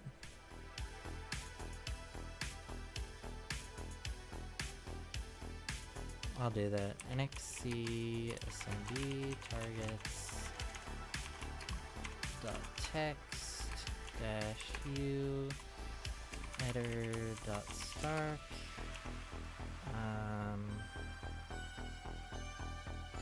-p or no -h and the hash.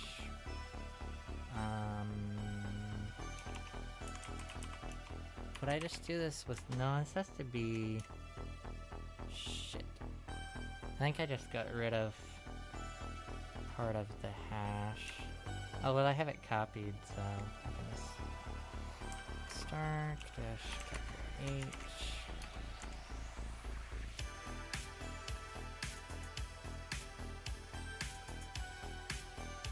No, not targets.text. Use cider notation. Oh.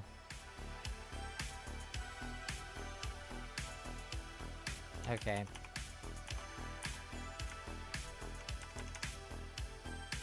But targets.text actually specifies the IP addresses, not the host names.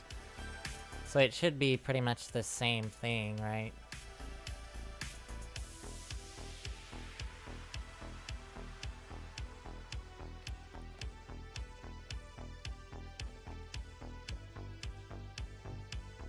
Oh, and I should use dash dash local dash auth.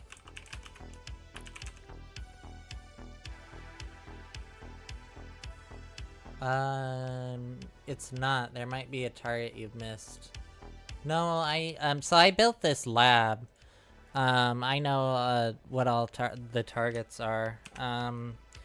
But wait, whoops. Oh, this isn't... Oh, that file isn't even in this directory, jeez. Cat targets.text. So there are 5 hosts. This is King's Landing, this is Winterfell, this is Meereen, this is Castle Black, and this is...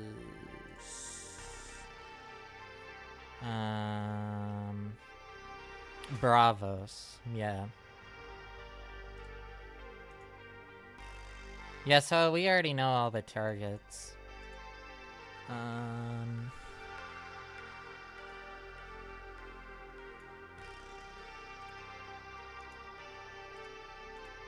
It doesn't really make any difference whether we use, cider notation with the specifying the network, or whether I use targets.text, because that's gonna be exactly the same, because I have already specified all the targets. Okay, so we'll try dash dash local dash auth. And that did not pwn anything.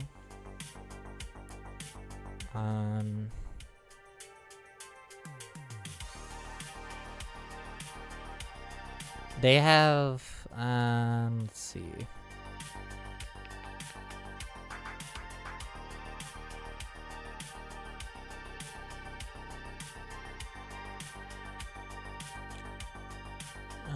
Oh, okay, well,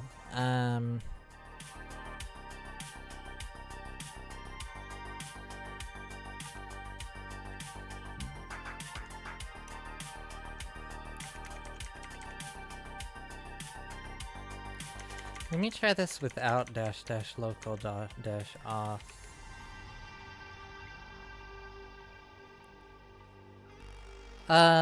Okay. So they were able to pwn Winterfell, but nothing else. And we've already compromised Winterfell. Oh man.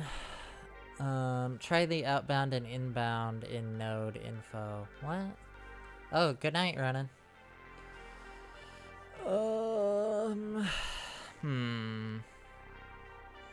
Man, we're not getting any further.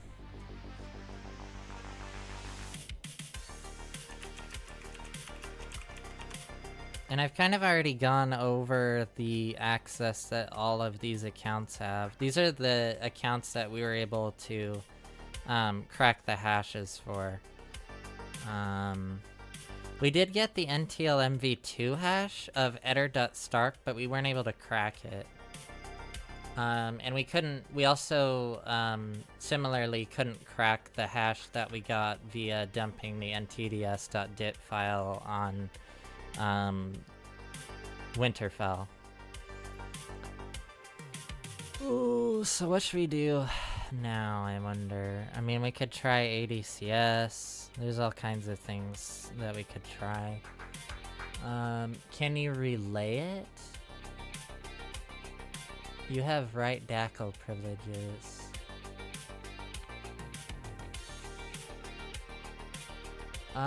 What can I relay what specifically, Byro?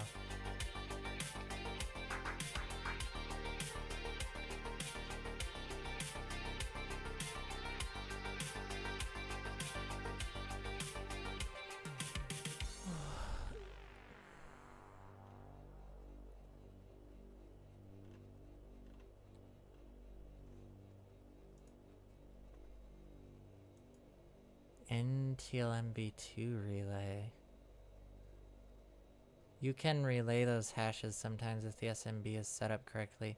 Are you talking about passing the NTLMB2 hash, Byro?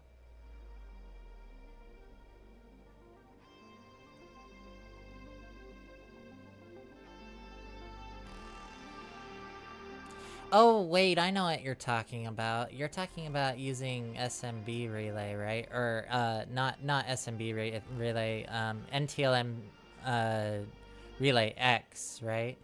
Yeah, you can't pass that NTLMB2 hash. That's what I was saying. You mean relaying it with NTLM relay X, right? I forget that you can actually relay things that way sometimes. Yeah, we can definitely try that. Yeah, I know you can't pass that NTLMB2 hash, Byro. You can only pass the NTLMB2 V1 hash because the reason you can't pass a NTLMB2 hash is because there's a mechanism that is constantly changing the hash, and so you could crack the hash, but you can't relay it. You can just compromise the domain with that privilege. That is true. Okay, so let's set this up. So we'll do impacket-ntlm relay x. Do I want to do... I think I want to do a target file, right? Targets.txt. And then --smb2 support. Let's see.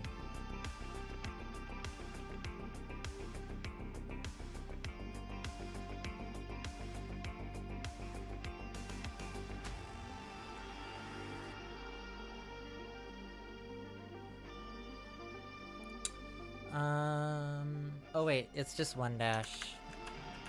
One dash. Thank God for notes. I think that's all we need, isn't it?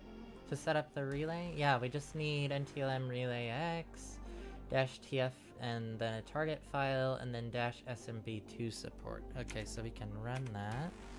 And then, we need to set up responder. I should have remembered this from my pen testing internship. This was one of the attacks that we performed all the time, and it's really easy to compromise the domain just by relaying what you can actually grab from the network. Okay, so I'll call that NTLM relay X. 1, 2, 3, 4. Ooh, and then we'll just call this responder. I actually need to do etsy responder.conf. I need to turn off SMB and HTTP. X, Y, okay. Responder. Capital I E0 -WDV. Okay, so now we just listen, and when we get the NTLMv2 hash, like we should, like we got earlier, then we should just be able to relay that to all the targets and compromise the domain that way. I'm sure there are multiple ways to compromise all the domains in this. There's a whole guide on all the different attacks that you can do in this lab.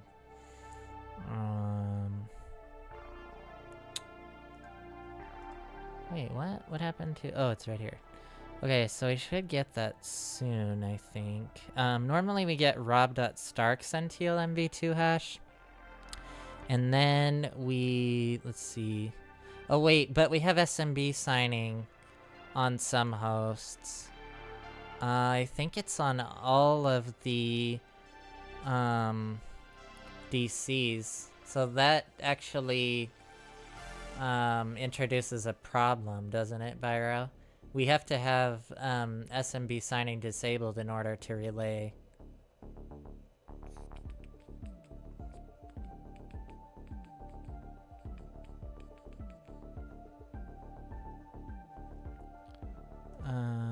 Let's see.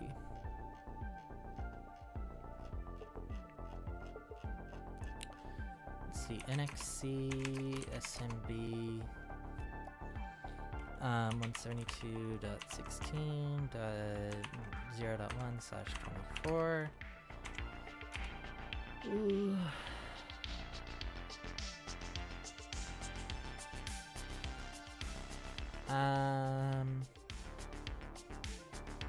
So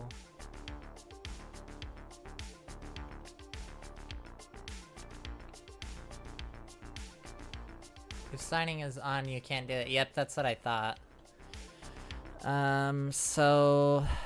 Oh. The root domain controller actually doesn't have SMB signing enabled.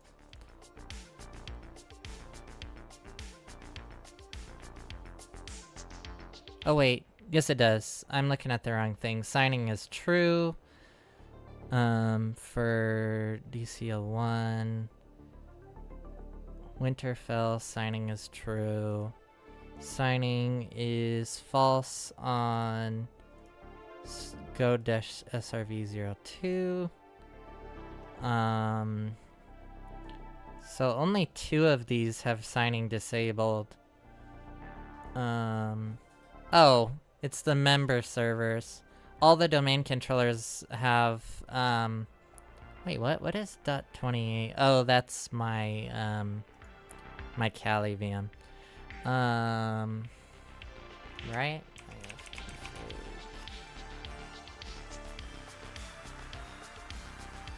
Oh yeah, that's my Kali VM. Okay, let's see.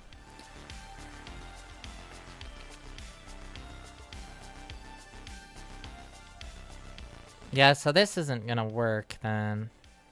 Only the member servers have signing disabled on them.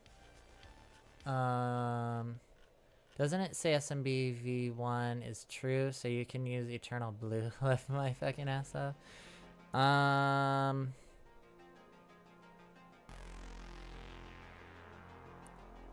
Potentially? Let's see, nmap dash p 445. Targets.text. Oh wait, I have to do dash I capital L. Targets.text. Dash script. Vuln. I think that should work.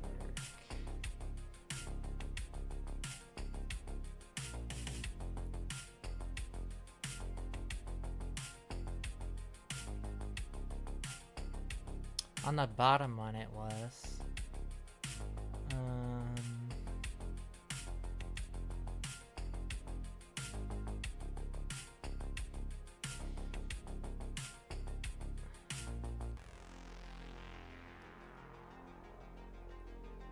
Are you kidding me?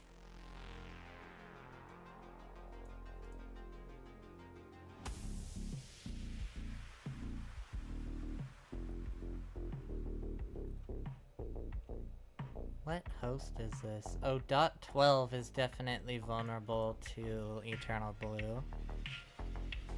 Um.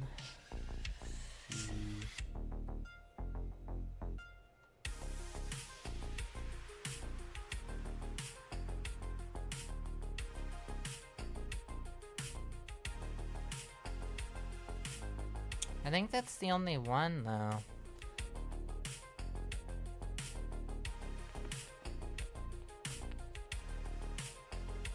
But, let's see, what is .12? .12 is... Oh, .12 is Murine. Murine is vulnerable to Eternal Blue.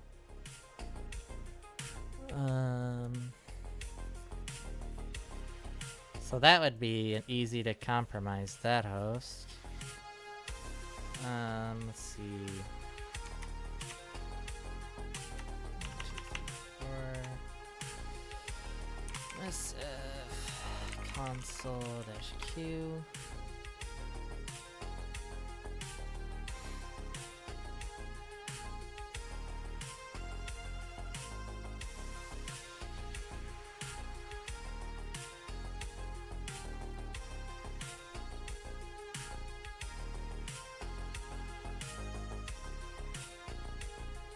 Use RPC then? For...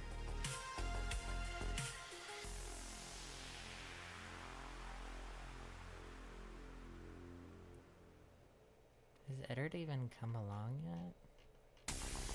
Oh yeah.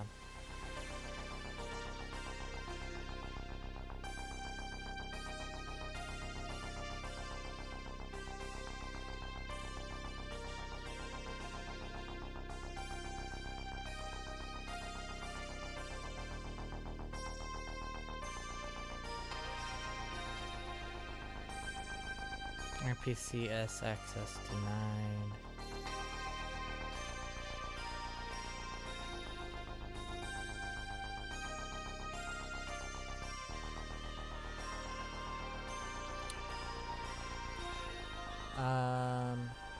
With it, you can see if print system asynchronous protocol and print system remote protocol are exposed on the target. That's an easy win right there if they are. What does that allow you to do? Print spooler?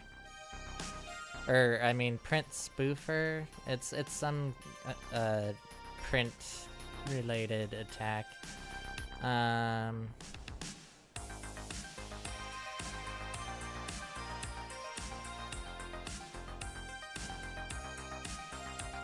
Okay, let's see.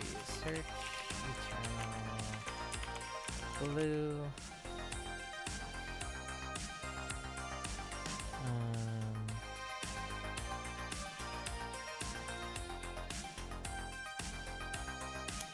I think I want to do PS exec.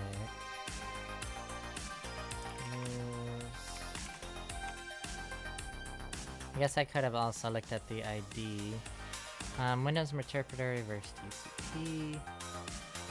Oh, printer bug, yeah, okay. Let's see.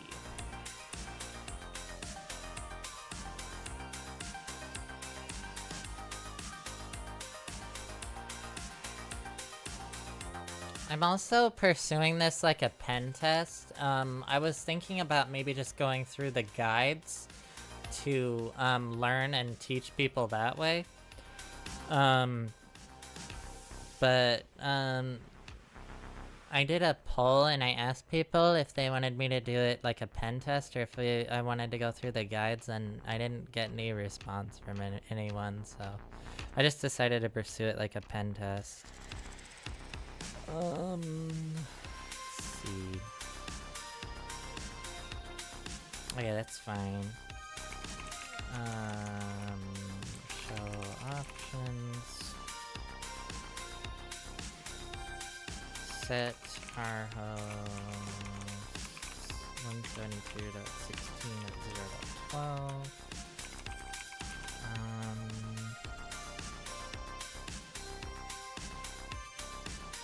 I don't think I really need to specify anything else. Let me try just running this. Well, actually, let's see. I can do. I think think it's check, right? Yeah. Using auxiliary scanner, host is likely vulnerable to MS-1710. Target is vulnerable.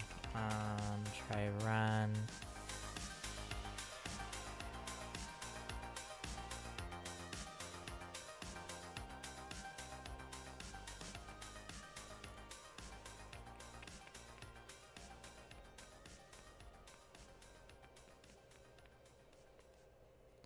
Exploit completed, but no session was created.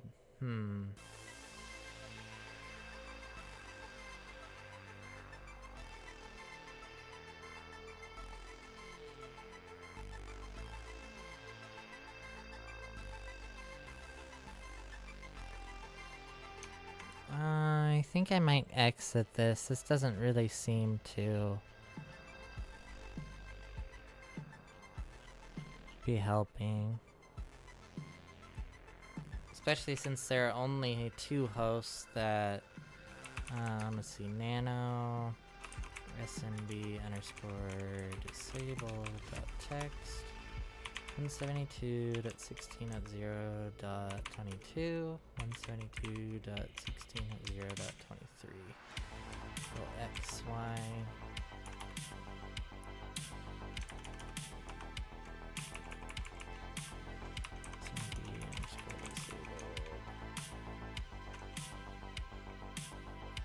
I don't know why I called the SMB underscore disabled. That just made sense at the time, I guess. I meant signing disabled, but that's fine.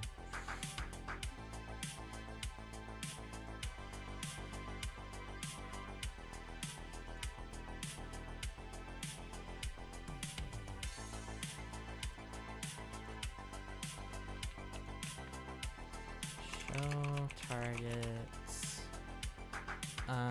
Set target to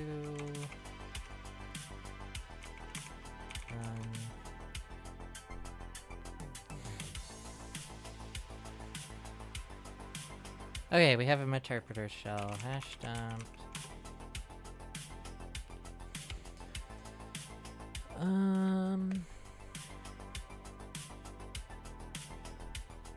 We could try to crack these or relay them. I wonder if this is a different administrator hash. D5F0.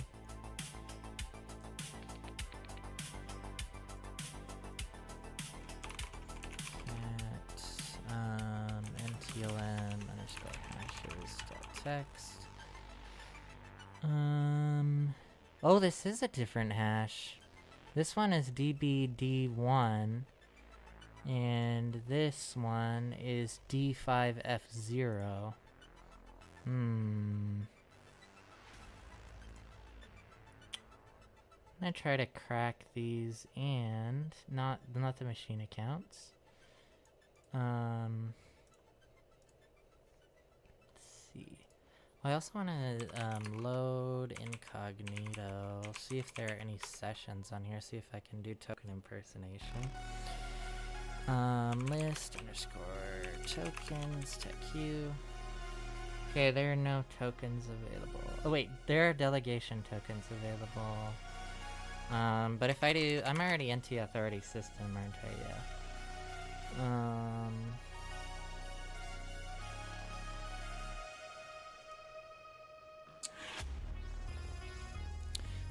Doesn't Printerbug use Petite Potom Biro? And, maybe, like, Certify? That's an ADCS attack, isn't it?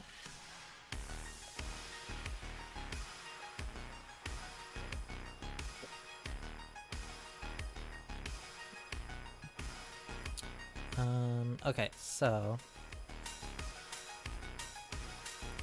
let me nano TLM underscore hashes dot text. Oh wait, I don't wanna. Oh wait, that would, yeah, I can do this. Okay. So I'll just do add a comment here, castle black dot north dot 7 kingdoms dot local. We'll dump these hashes here, see if we can crack any of these. We weren't able to crack SQL service. There were a bunch of these we weren't able to crack last time. But this could potentially give us more access. We could maybe crack this administrator hash. There are so many things you can do in this lab, it's ridiculous. So it's just kind of hard to know what you should actually pursue. Okay. So, hashcat, hack M. I think this is 1000, yeah.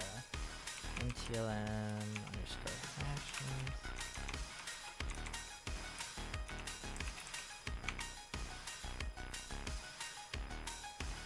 And then user, oops, user share word lists, raq.txt, oh. See if I can crack any of these.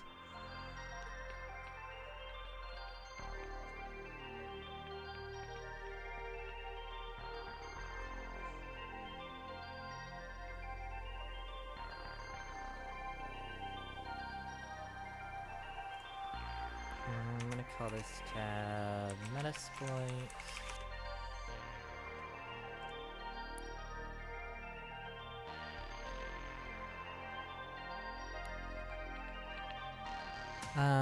Let's also load Kiwi and do creds underscore all to see if we running a system retrieving all credentials, but you didn't actually show the output. Maybe it's because we already ran hash dump? Let's see.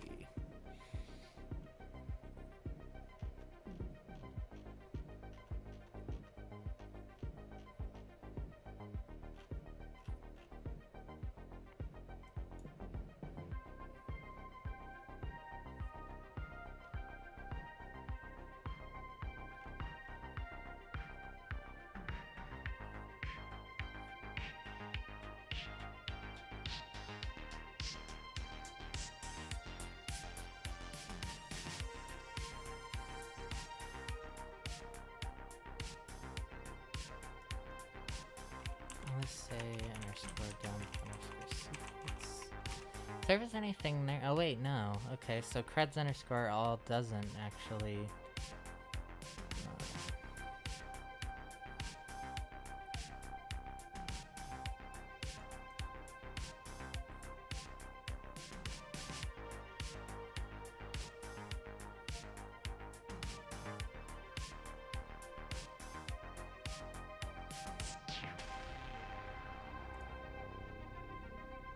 Oh yeah, this is Mirene.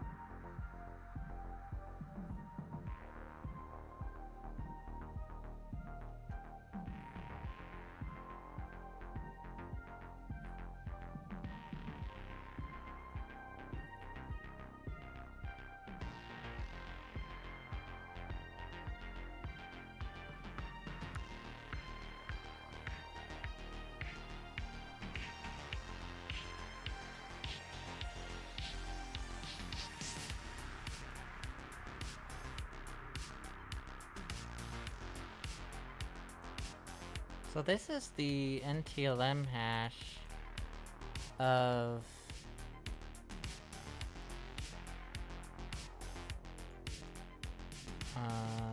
that would be, oh, this is a domain controller, that's right.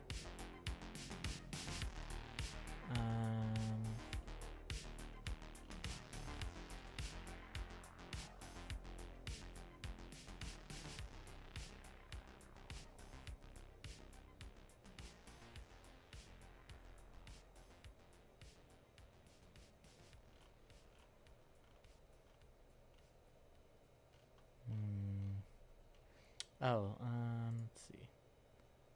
Are we able to crack anything?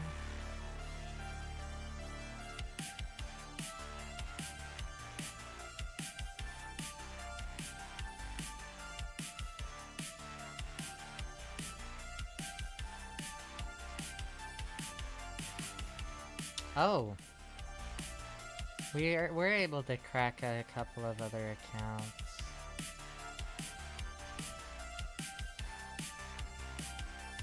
I shouldn't have included this. This is actually part of the setup of the domain. If I sprayed this this password on the domain, then I'd compromise everything. Which I will demonstrate.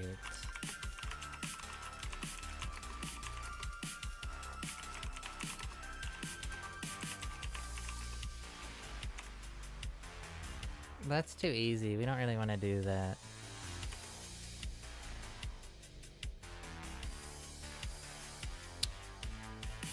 Wait, what? Oh. -- local - off? Hmm?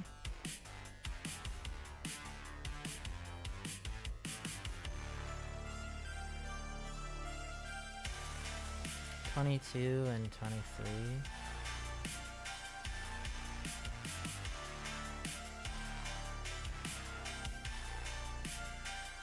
That's interesting. I can log into all of these machines in the lab with those credentials, so I don't know why that wouldn't... It wouldn't just be pwned on everything.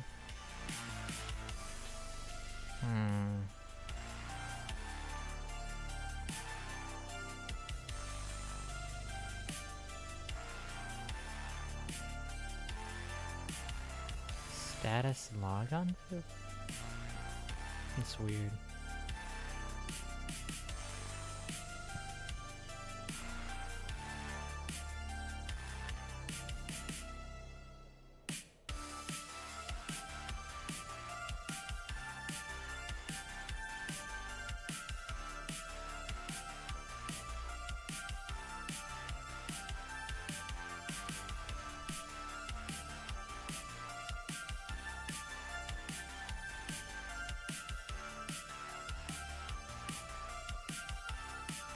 According to this just pounds the member servers. That's interesting.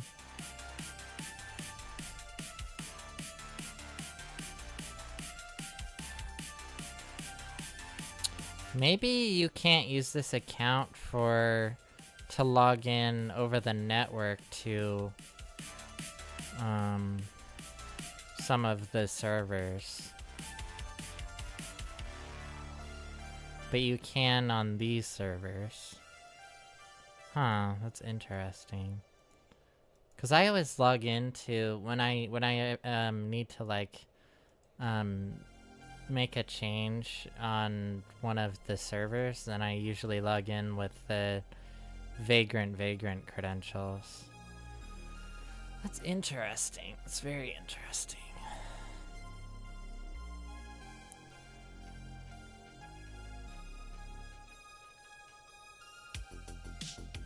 Connection will be relayed after re-authentication. Huh.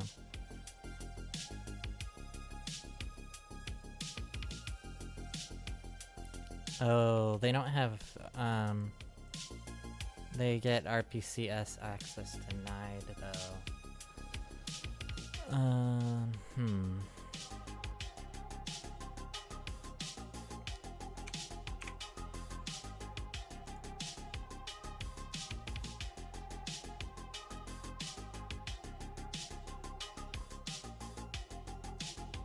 Well, we should at least take note of, let's see, where is it?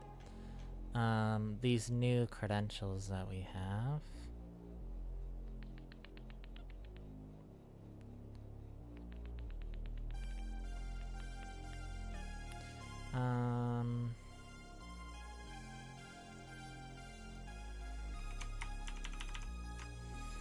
Okay.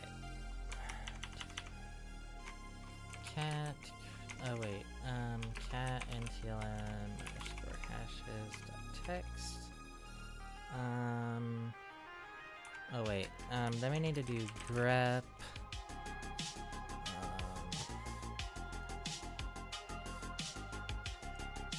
Because unfortunately, I don't know why Hashcat does this, but it just gives us the hash that the password is associated with, so we actually have to figure out who what account that hash actually belongs to.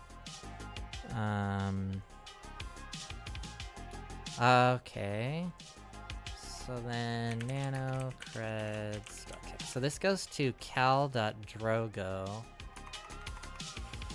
Cal.drogo. X, Y. Okay, and then let's see. And we already have this. We already have this. We already know this. The only thing we don't know. Wait, does. If this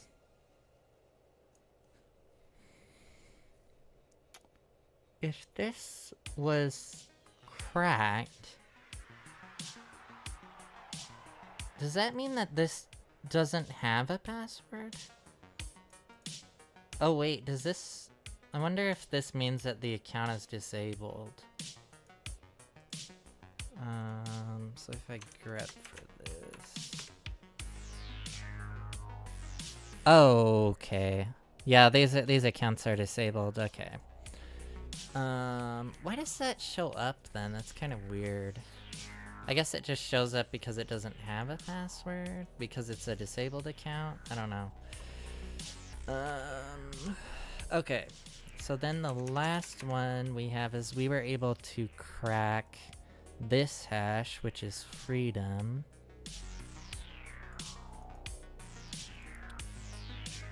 We have I see dead people, vagrant, needle, I know nothing. Horse was a new one, and then we have freedom. Who does this hash belong to? Oh, Miss and Day. Okay. Nano creds.text. What is it? Like that? Oh shit, I didn't put this. This is horse. This is FR3DOM. Let me see if I've spelled that right. Oh, wait. Oh, it's just... Okay. There's no dot or anything. Creds.text.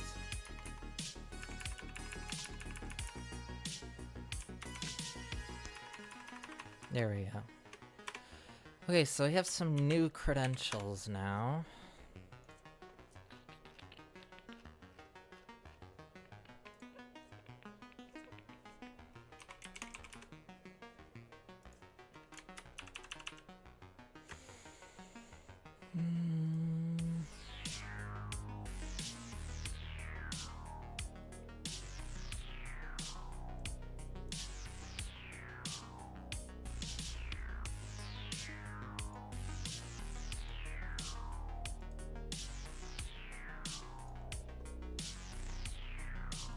Okay, let's do this.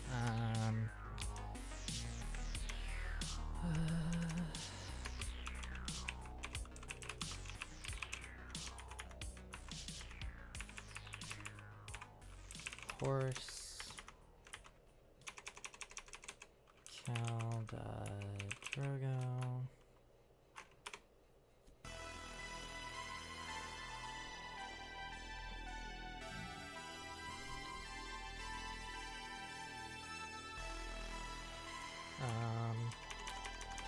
Try this without local auth.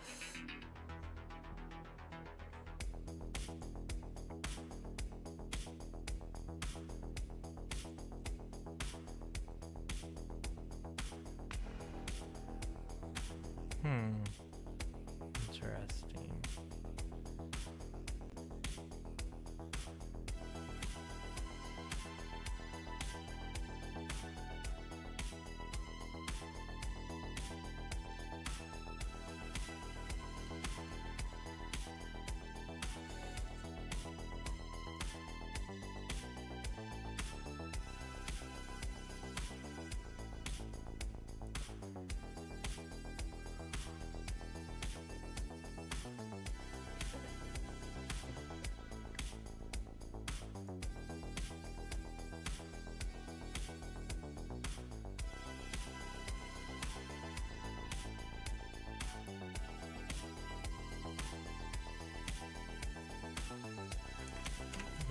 kill that.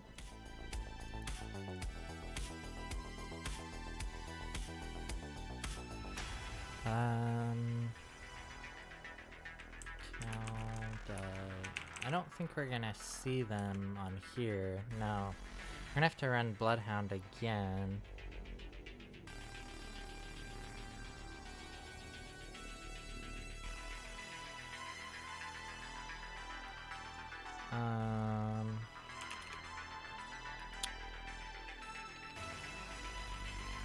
I need to move all of these into a folder. Let's see, make directory. I'll just call this rob.stark.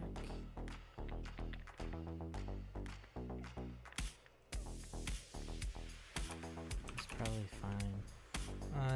Okay, move all of these into rob.stark.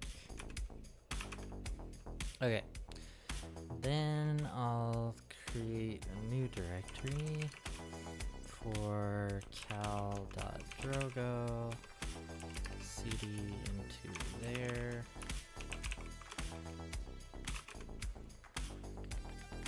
And then, let's see. Then I'm gonna run Bloodhound again. Bloodhound -python -d esos.local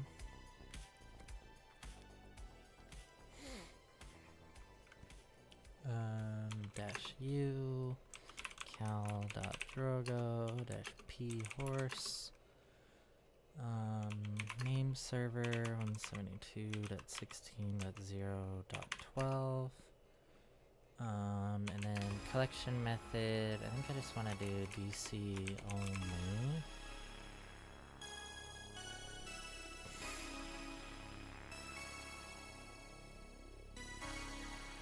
Or do I want all of the machines?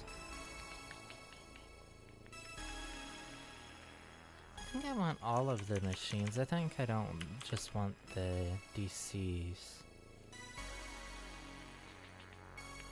Let's do all. What?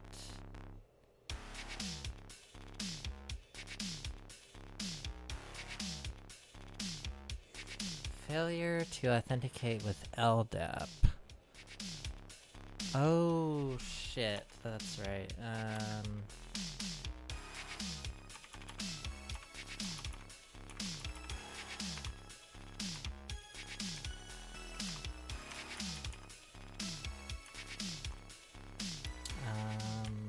LDAP.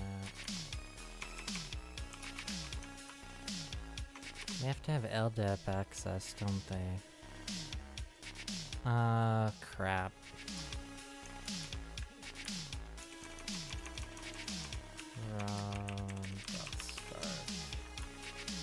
I thought any valid user could run Bloodhound. Fix evil feed. What?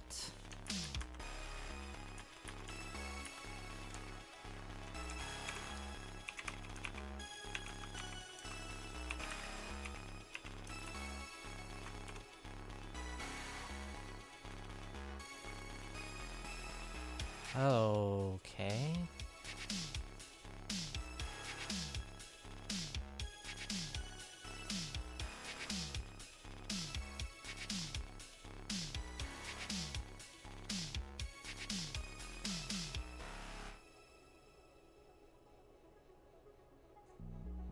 Yeah, I guess I should be using CIDR notation with NXC because I didn't get anything with this. Oh, wait, oh, this file isn't in this directory, that's why. Okay. Let's see.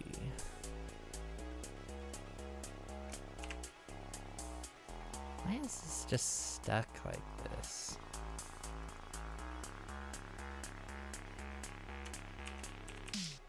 There we go. Okay.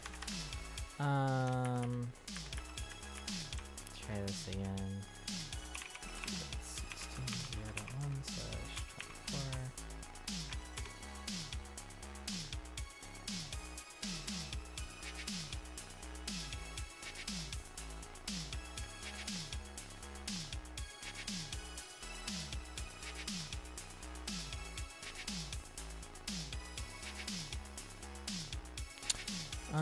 Let's see. Okay, so I can't run Bloodhound with him, but I do have the machine account hash for Murine.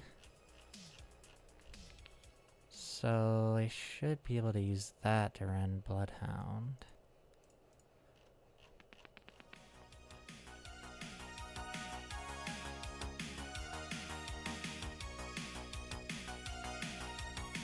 Wait, do I even need to do that though? 'Cause I've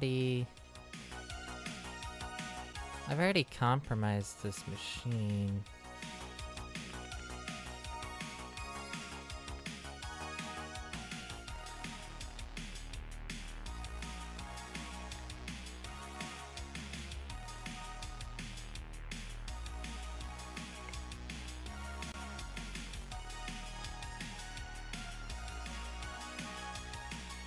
Back, did you try RPC dump? No. I'm trying to, let's see.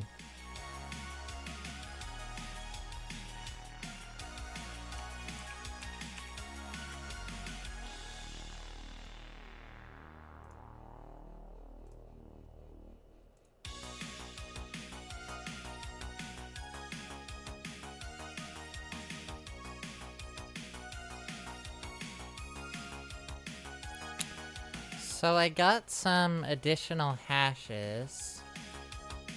And I was able to crack them.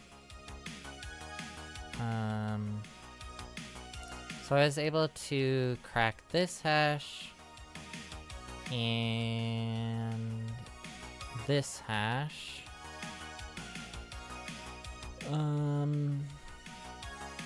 And this hash too, but I don't really count that one because that's part of the actually setting up the lab.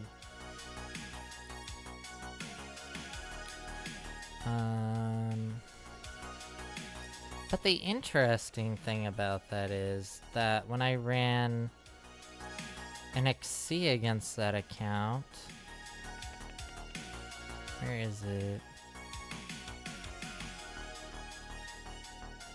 I only was able to pwn Winterfell using domain creds, and then when I used local authentication, then I was only able to compromise both of these member servers.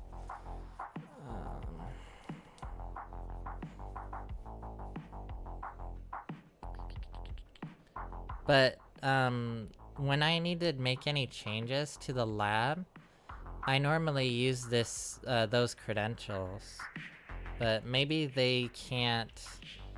They can only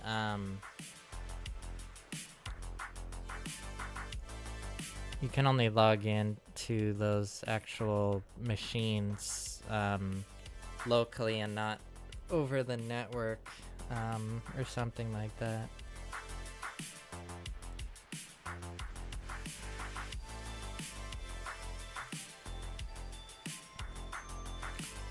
Let's see.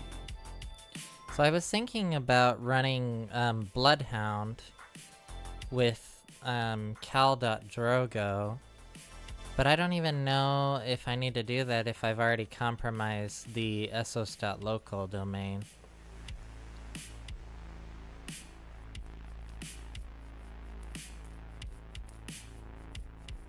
But they don't actually have LDAP access, so I can't run Bloodhound anyway with them. But then I was like, oh well, I can use the NTLM hash of the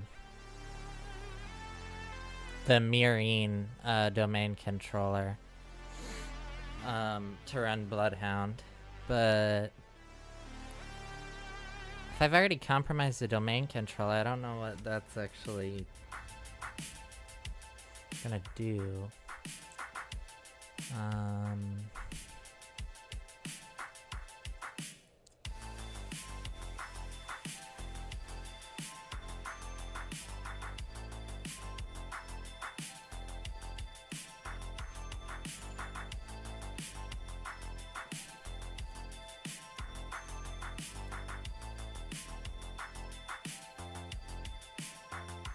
I don't know what my goal is. I don't know if my goal is to compromise every single server or if it's just to move vertically and try to compromise the root domain.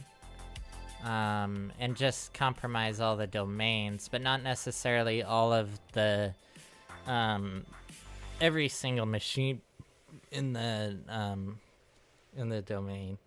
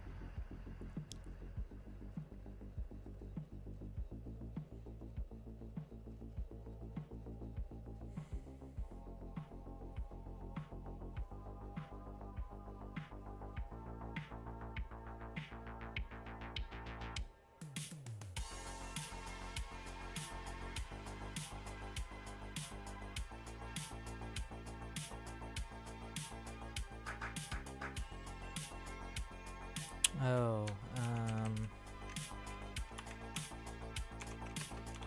dash local dash off.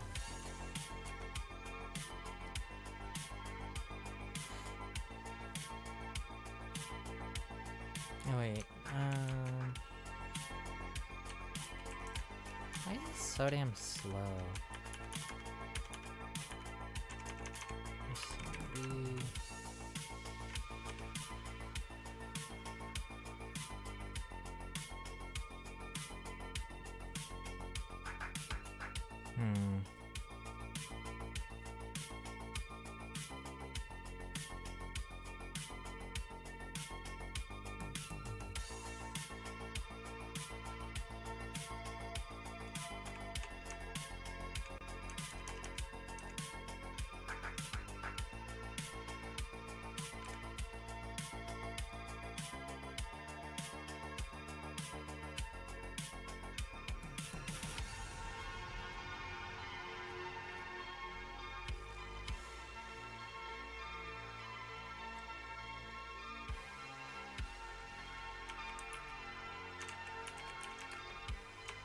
I don't even have RPC dump.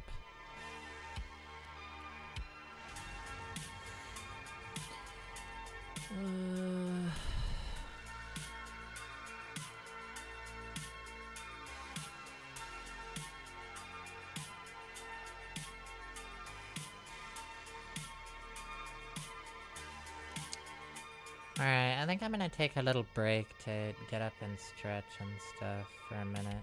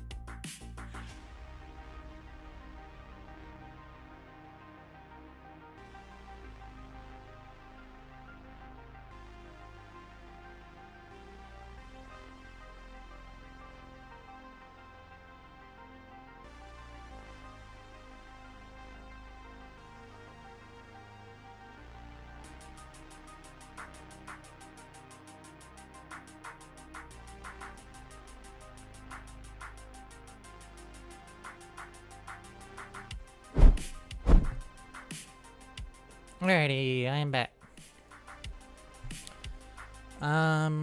So let's see, I'm kind of lost as what to do here now. I think I'm gonna, damn it, my freaking VM froze again. Hey, welcome in, Nathaniel Clownsu. How are you doing? Let's see. Let's see. Is it this? Oh wait, let's see. Archives, maybe.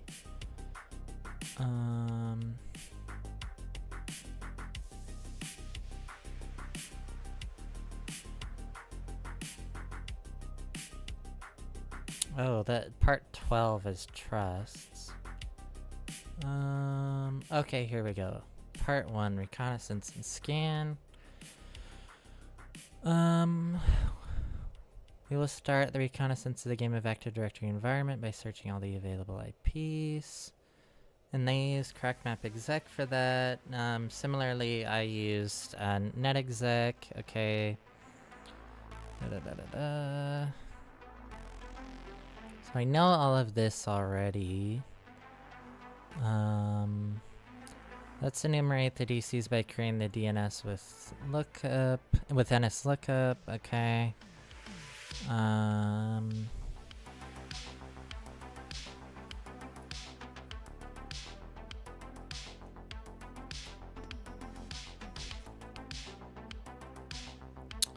Set up Etsy hosts and Kerberos.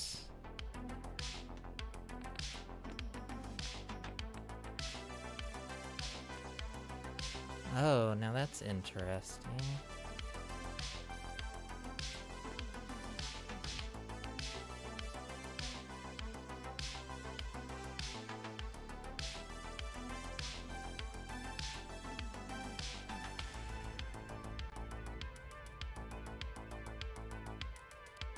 If KRB5 users are already installed, we can configure it with dpkg-reconfigure by modifying etsykrb5.conf.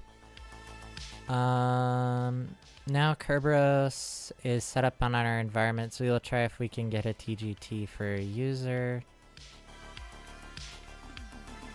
Oh, this shows them getting the TGT of cal.drogo.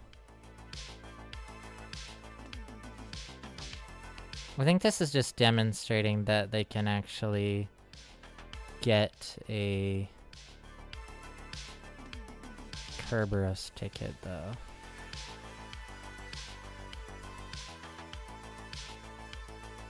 Okay. Okay, the Kerberos setup is good. We could now unset the ticket. Trouble on Winterfell. During the Kerberos test, we saw we get trouble on Winterfell. That's okay. That one's not that difficult to compromise. Nmap.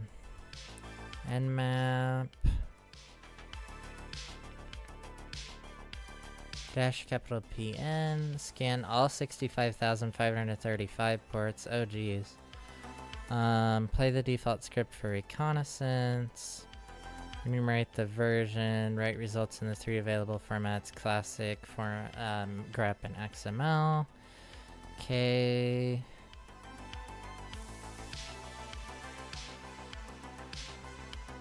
Part 2, find users.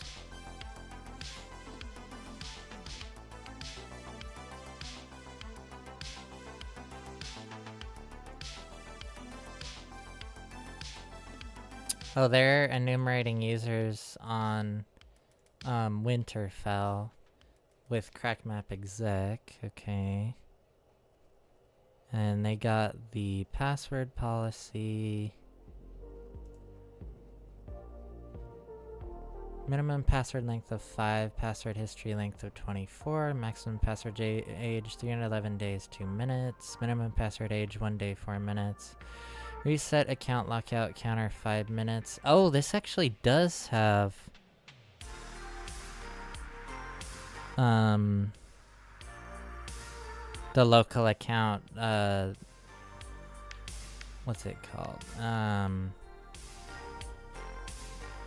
The lockout policy enabled and set up. You set account lockout counter 5 minutes, locked account duration 5 minutes, account lockout threshold 5. Okay. There's an account lockout threshold of 5. So there are 5 attempts before lockout.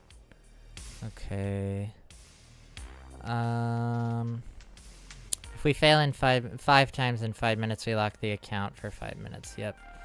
Enum for Linux. Get the user list. We also got the password policy. We also got the full domain user list by enumerating members of domain group.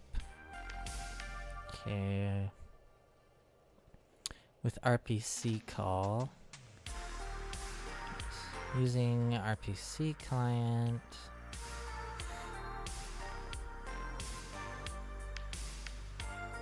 Get all domain users. Enumerate DCs anonymously. When anonymous sessions are not allowed. Oh yeah, null sessions. Okay. Wait, what the hell is this? The Winterfell domain controller allows anonymous connection. This is the reason why we can list the domain users in groups, but nowadays that kind of configuration almost never happens.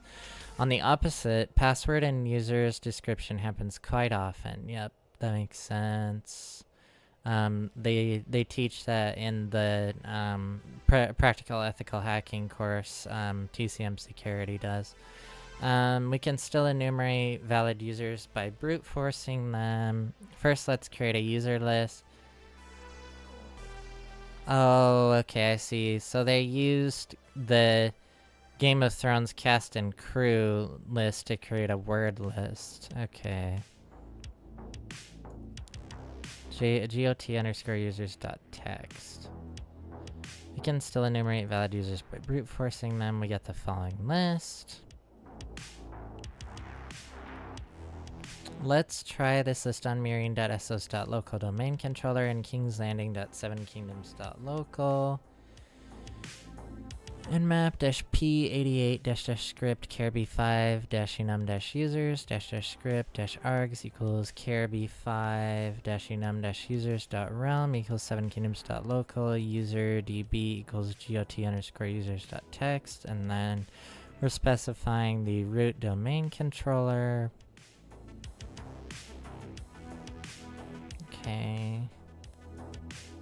Great, we found 7 valid users on 7kingdoms.local.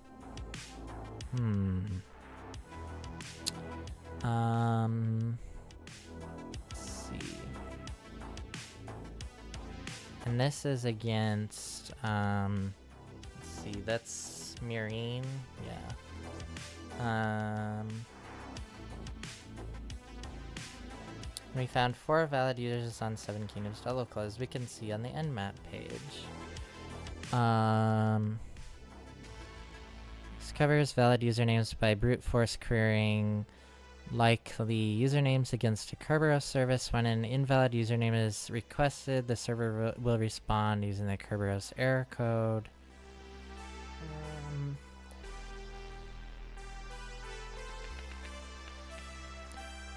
Okay, KRB5 KDC error C principal unknown, allowing us to determine that the username was invalid.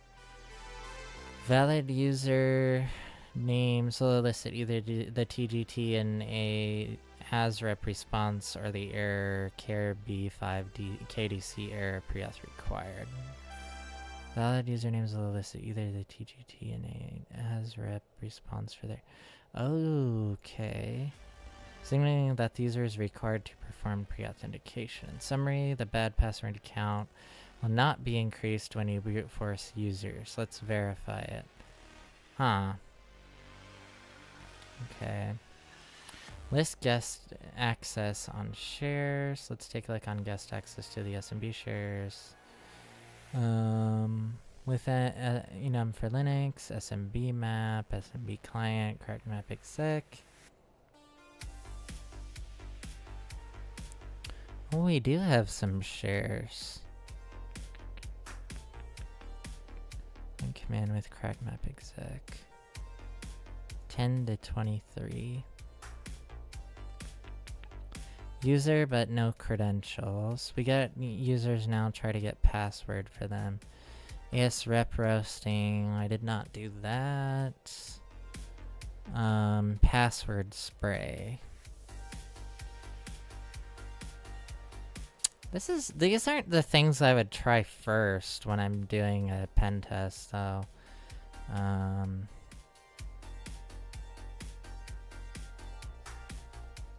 We get a ticket for Brandon Not Stark and we will try to break it as user doesn't require Kerberos pre-authentication. So we get their password of I see dead people, and we were able to already get this password in a different way. And we have the password for Samuel.Tarley. We've already got that. What does --no-brute force do? Does it just do one attempt per user of a password? We also could use Sprayhound. I've never even heard of that tool. We could try Sprayhound with a valid user to avoid locking account. Option-C to set the number, try left. Okay. See the status of brute force.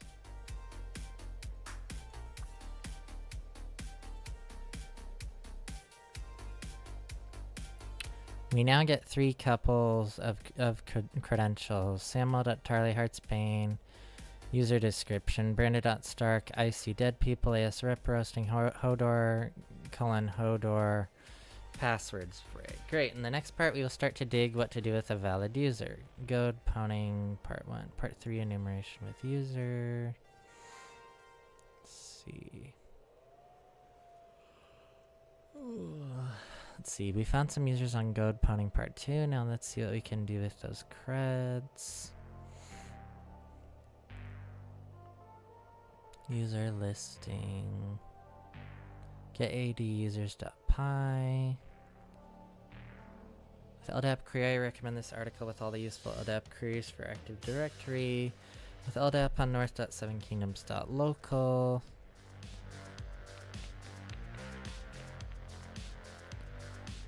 With LDAP query, we can request users of the other's domain because the trust is present.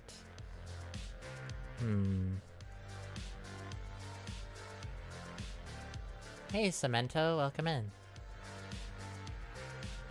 How are you doing? Kerberoasting.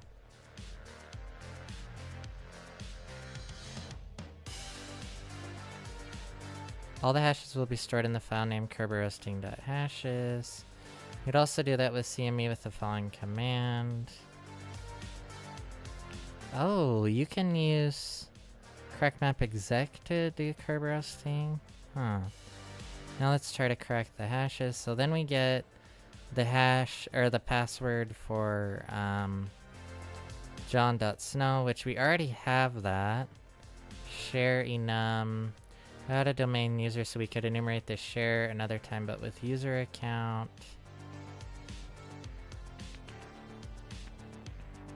Oh, they specify the domain. I wonder if that was why I couldn't see any shares earlier. Public.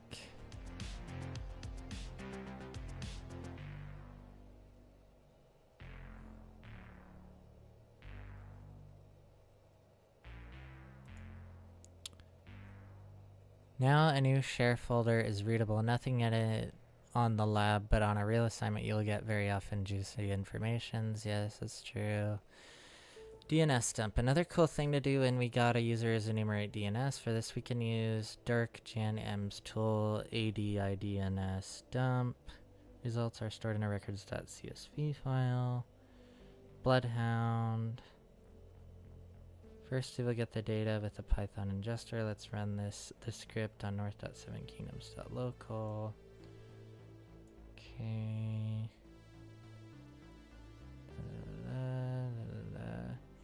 We now got the 3 domains informations. But the Python ingester is not as complete as the .NET ingester, as we can see on the GitHub project. Supports most but not all Bloodhound, Sharphound features. So let's do that again from Windows this time. .NET ingester. So they used X-Free RDP to RDP. And then they loaded Sharphound. Or we could also do it in reflection with PowerShell if you want to play it full in memory. If you do this with Defender enabled, you would first have to bypass AMSI. Hunting with Bloodhound. Now start Neo4j in Bloodhound. Upload the zip into Bloodhound and now show all domain and computer. Match P equals d:\domain. Dash R contains *1. What is this? Is this an analysis query?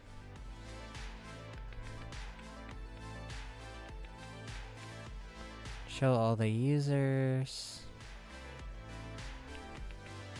Let's see the overall map of domains, groups, users.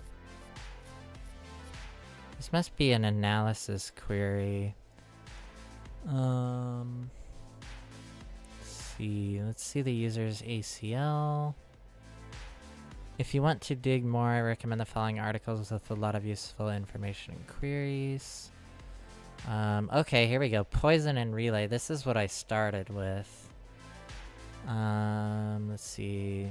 Minutes later, we get rob.stark, NTLM-v2 hash. After some more minutes, ederbot is set to run every 5 minutes and rob every 3 minutes. We got also a connection from eder.stark. Okay. The net NTLM hashes are not usable to do pass the hash, but you can crack them to retrieve the password. Yes. We create a file responder.hashes with the 2 hashes found, and we will start to crack it with hashes with hashcat. Okay. We quickly get another user account, rob.stark:\sexywolfie. This is enough to pwn the north domain as Rob is an administrator of Winterfell. Yes. The North DC. Edard's password is stronger and cannot be broken with this method. This doesn't mean we can do nothing. What we could do is relay Edard connections to a server where SMB signing is not signed. Okay. Unsigned SMB.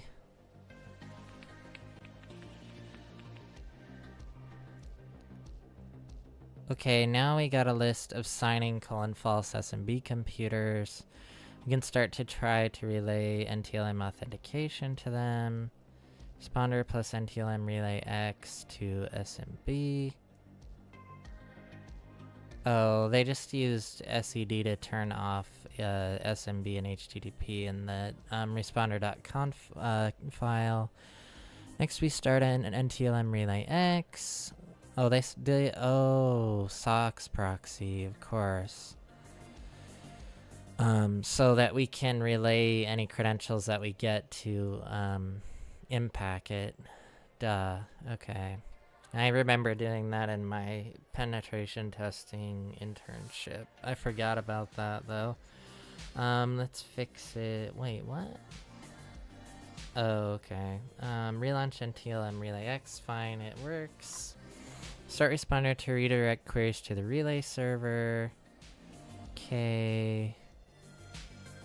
Eder.stark. The poison connections are relayed to Castle Black and Essos, and a SOX proxy is set up to use the connection. As Eder.stark is a domain administrator at north.7kingdoms.local, he got administrator privileges on Castle Black. Now I can use this relay to get an access to the computer as an administrator. This isn't actually necessary though. Oh wait. No, maybe this isn't necessary. Because we were able to compromise Murine with Eternal Blue. Let's see. But we did not get access to Castle Black.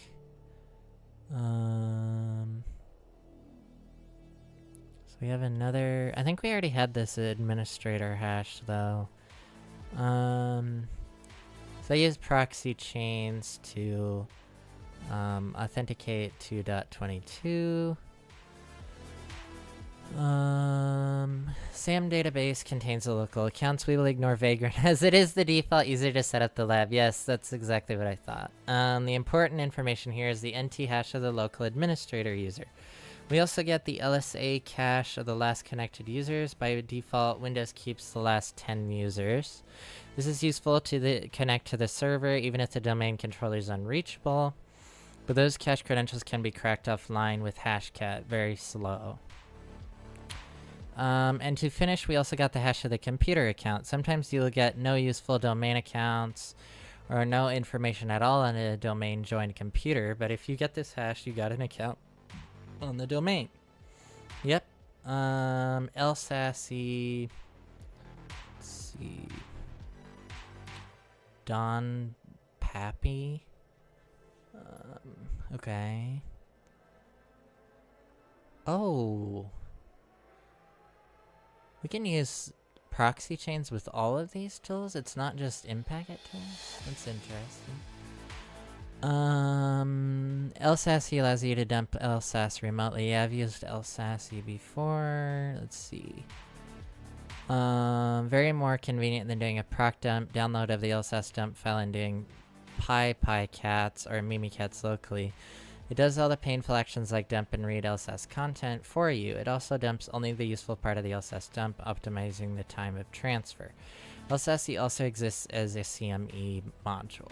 Okay.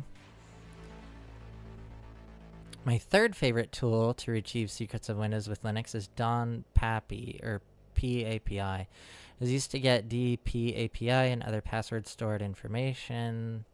Files, browser, scheduled tasks. This tool doesn't touch LSASS, so it is stealthier and works most of the time, even if AV and EDR are enabled on the target. Oh, that's good to know. Let's see. Don Pappy gave us the stored password for the SQL service. SQL_service. You will not curb roasting me. We also get the password of Rob.Stark due to a scheduled task set up on this computer too. Interesting. Okay. Let's see.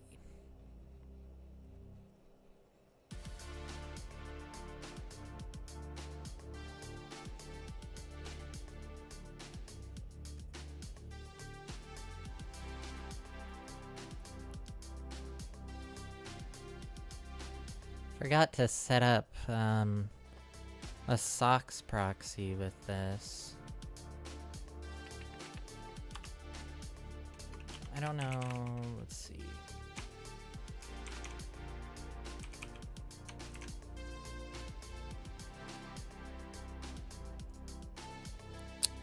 I can get another set of credentials this way.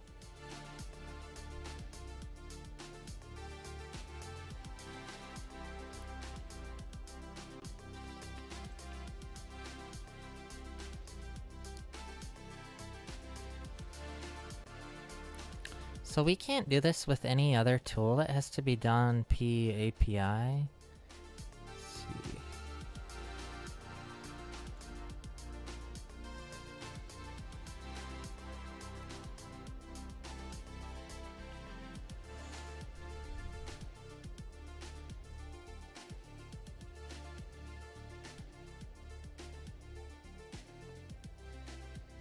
Oh wait, no, we did get this with secrets dump. Okay.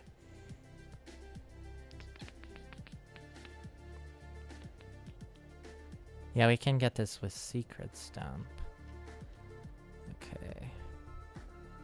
I wonder if proxy chains is set up on 1080. I might not be. Nano, Etsy, proxy chains. Nope.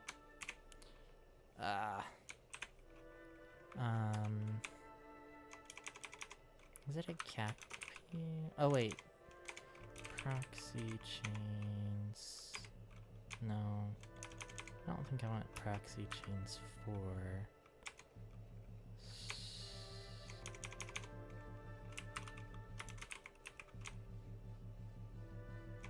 CD, etc, proxy chains. No. Proxy chains.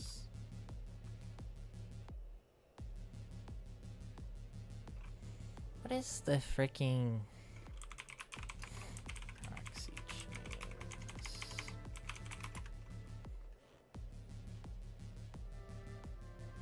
Okay. Etsy proxy chains 4.conf.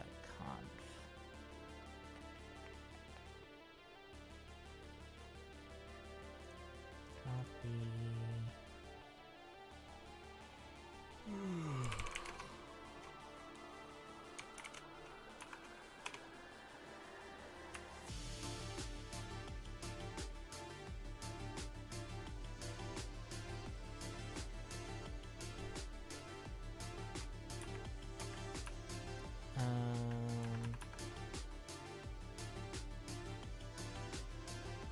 That doesn't look right. I think... Doesn't this need to be 1080?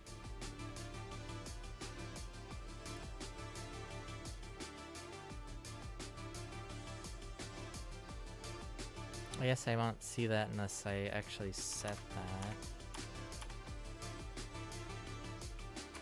Dash socks. Oh yeah, it is 1080. Socks proxy started listening on 127.001.1080.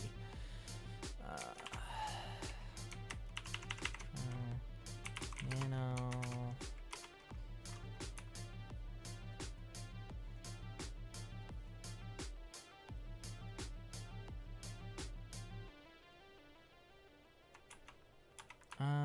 In this, I don't think I changed that. I think I just make this 1080. Do I make it socks 5?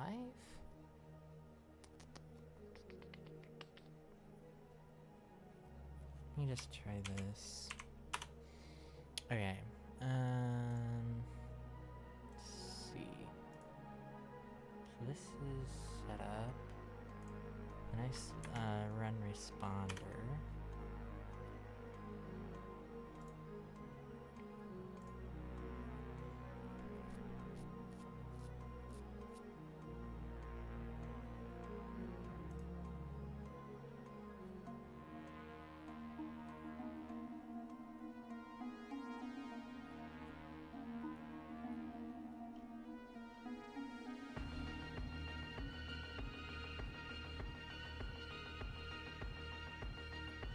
And then once we capture,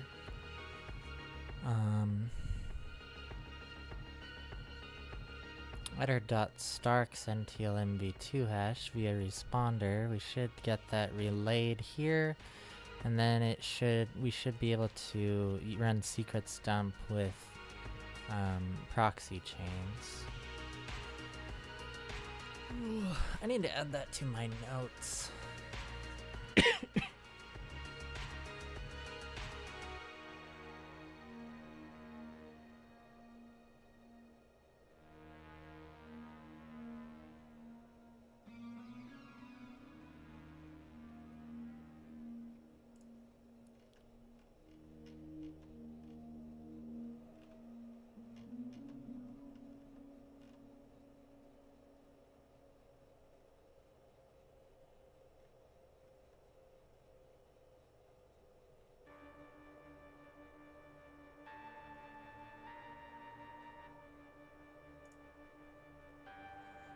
Yeah, so it should, once we get a relay, then we should...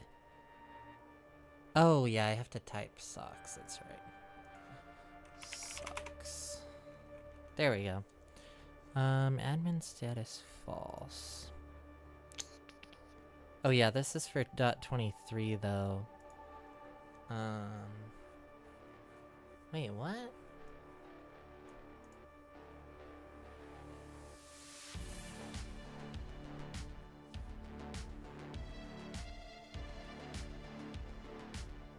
supposed to be true, right? Yeah. On 22 north/eder.stark, admin status is supposed to be true. On port 445, because it's SMB.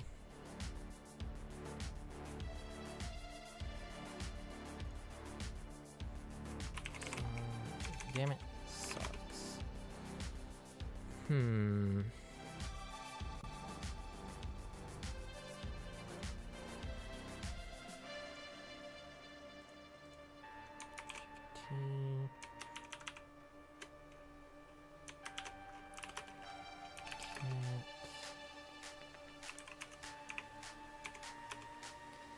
172.16.022, 172.16.022. Yeah, that should be right. I think. Let's see.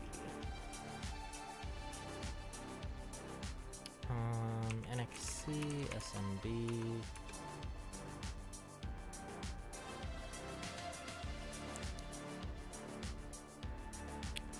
Okay, signing is true on .11. Signing is true on .12. Signing is true on 10. Signing is false on 23. And signing is false on 22. Yeah.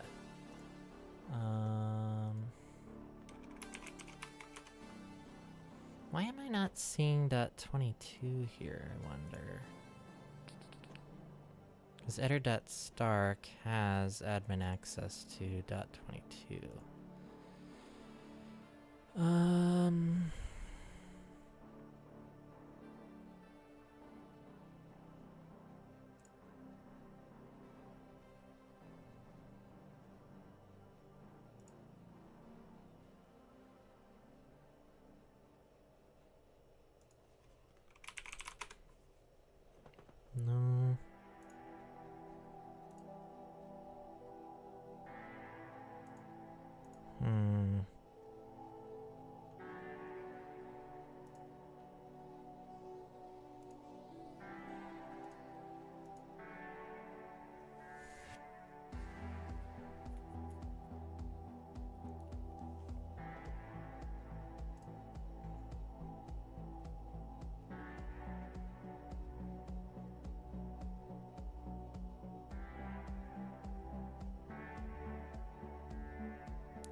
I like how they have their colors different because for me, this is just all white.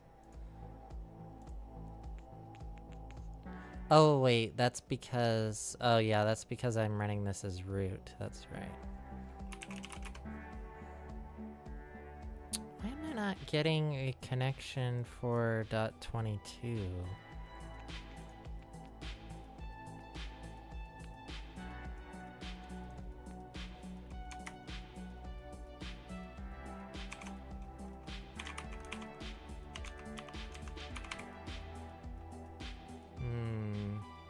Yeah, I haven't gotten an authentication for .22 for some reason.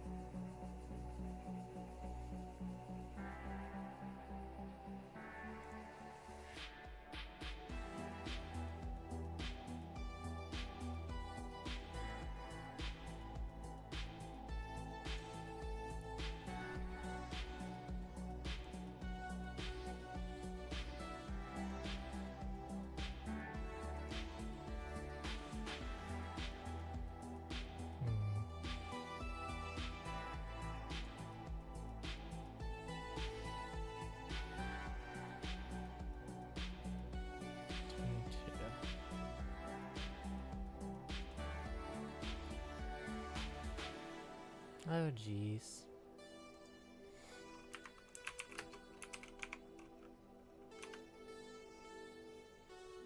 Oh shit. Damn it. Oh, I know what happened. It's because my freaking keyboard turned to German. Jeez.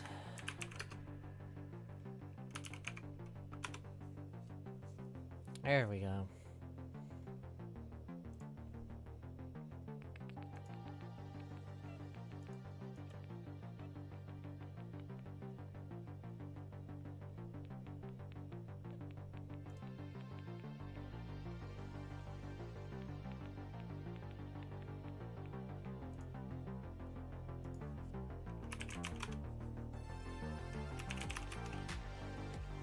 Still nothing for that 22.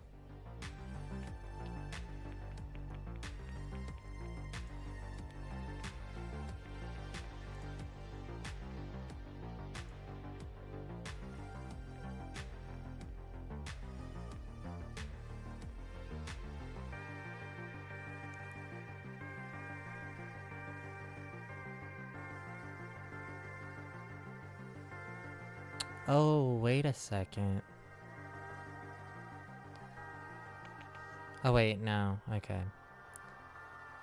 Yeah, they don't have admin access to .23. They do have admin access to .22. We're not seeing an authentication to .22.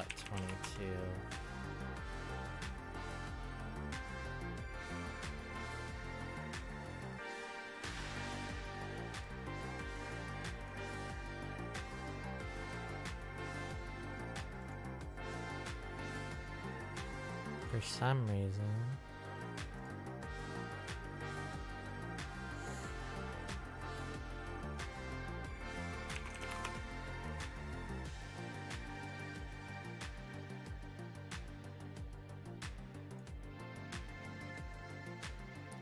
.12, .23, but nothing for .22. Nope.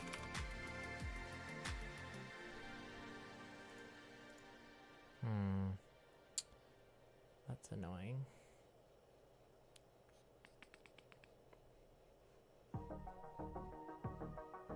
Come on, .22.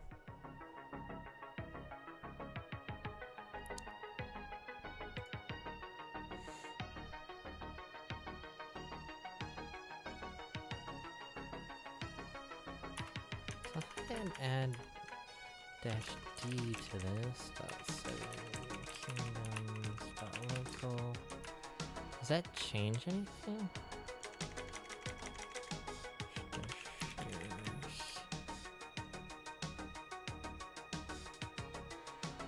Oh, right, I'm only doing .22 now though.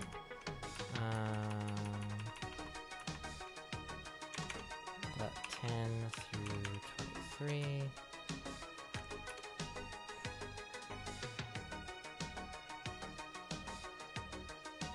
Oh, okay. That's why I wasn't seeing any shares earlier. It's because I wasn't specifying the domain.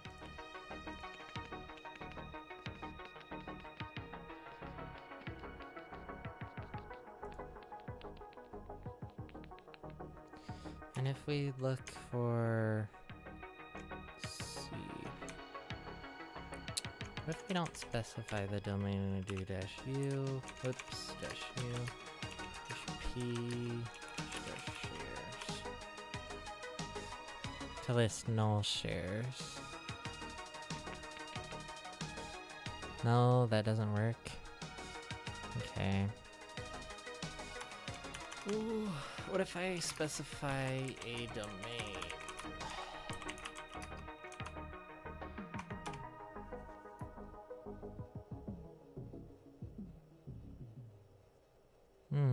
No, can't do that. Oh, they used -a though.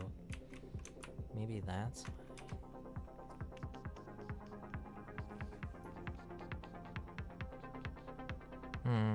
Can't list null shares.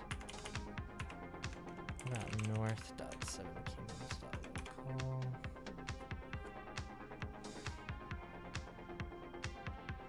Ah, okay. Basic read-write share for all. So you can list null shares on this domain. Did we even need the A? Probably not, right?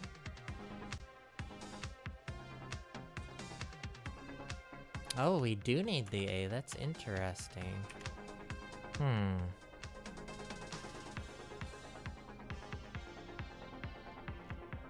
Can't just have an empty user, apparently. Okay. Did we ever get a connection on 22 yet? No, of course we didn't. Shit, I didn't mean to do that.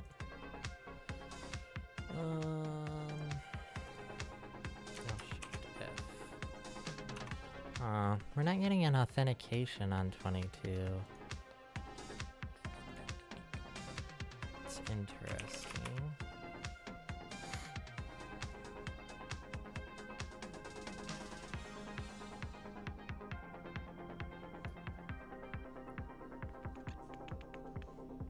Can't run secret stump if we can't get a true admin status on .22.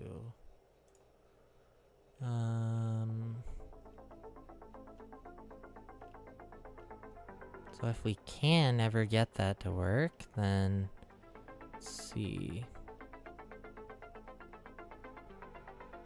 Where is it? Oh yeah, here we go.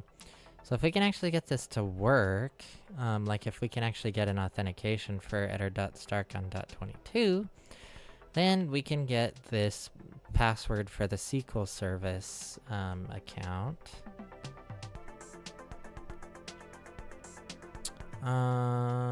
Connect directly to the SMB server with SMB client. Okay, code execution, SMB exec or AT exec or PS exec would work too. I don't know why they don't list that. Okay, and then we have man in the middle 6 plus NTLM relay X to LDAP.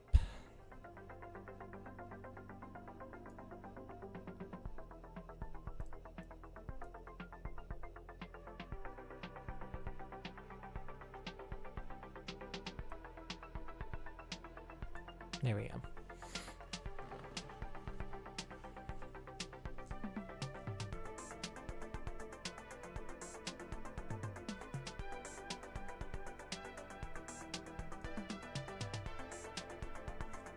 Oh, use a socks relay with an admin account, yeah. Then now we're on man in the middle 6 plus NTLM relay X to LDAP. I really wish that I could get an authentication to 22 though.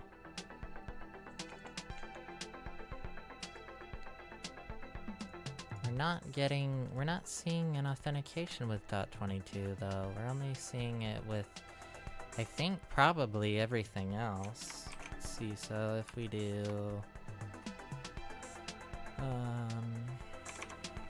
.10, no, we don't even have one for .10, huh? Interesting. Okay. .11, we definitely have .12, yes. Obviously we don't have 22. We do have 23 though, yeah. Wait, Marin.local.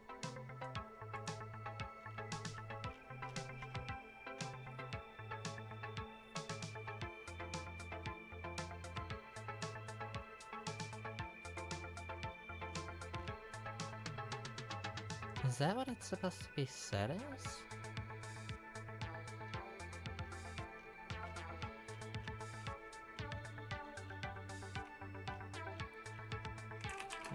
Let's see. I have it set as Mirene.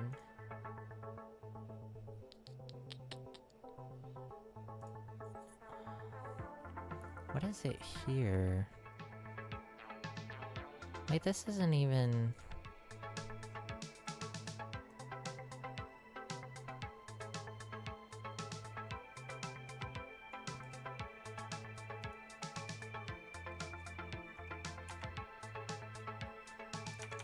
Why is...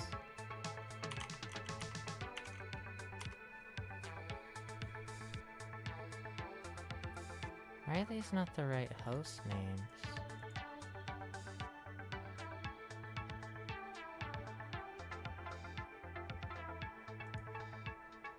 Am I actually screwing this up by setting these in here?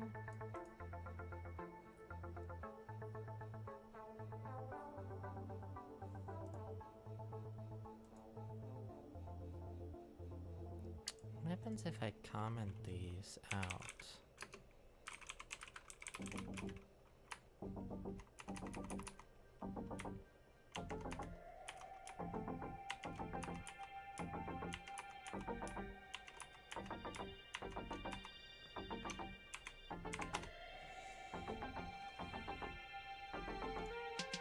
Okay, then let me try this again.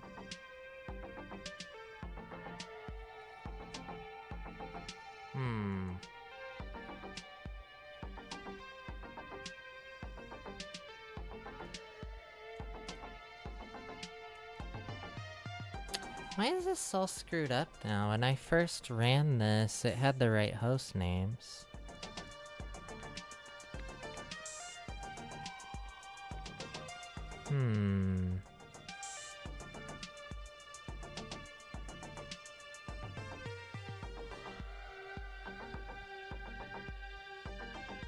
Do I need to run DH client or something? What does that do?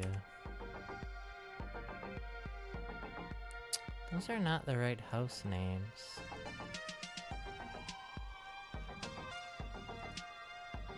I mean, this is the right host name, but these other ones don't have the right host names. Huh. That's really strange.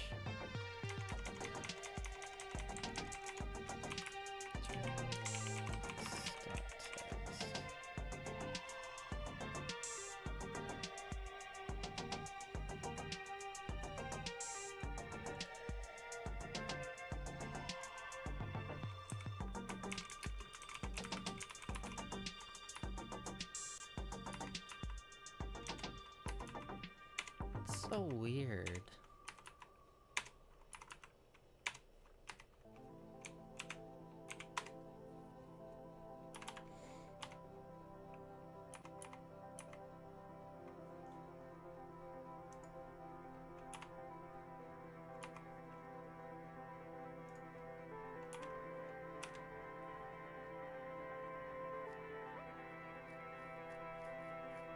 Why is that doing that?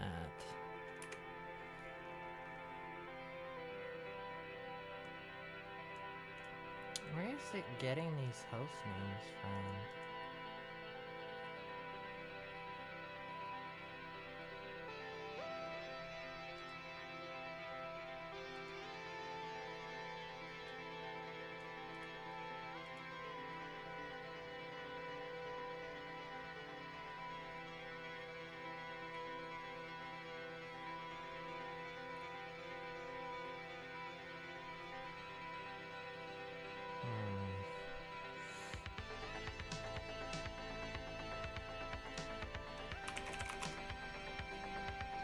That's not working.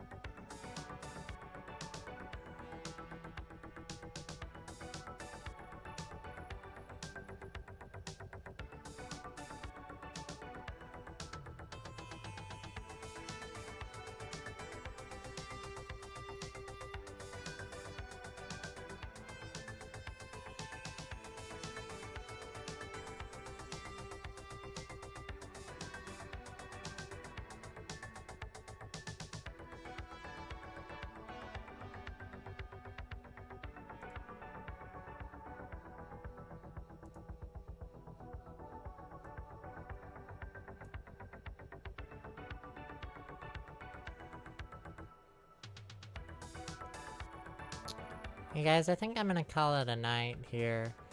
Uh,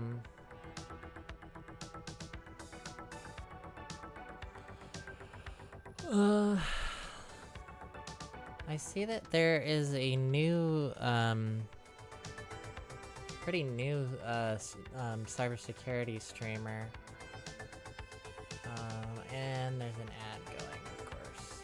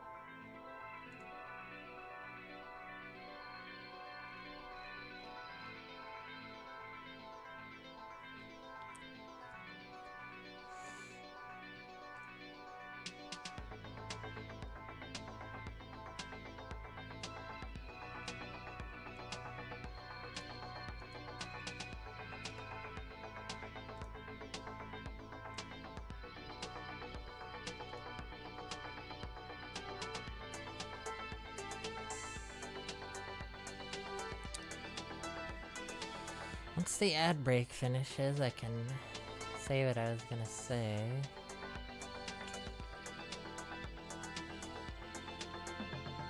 Eight, 7, 6, 5, 4, 3, 2, 1, blast off. Hey guys, I think I'm gonna call it a night. Hopefully you got something out of the stream today. I know it was a little bit of a slow one. There's a lot of moving parts and things, understanding about Active Directory and the Active Directory environment that we're looking at. Yeah,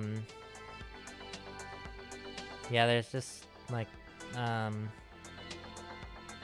a pretty decent sized lab, and there's a lot to do. A lot of different misconfigurations and vulnerabilities involved.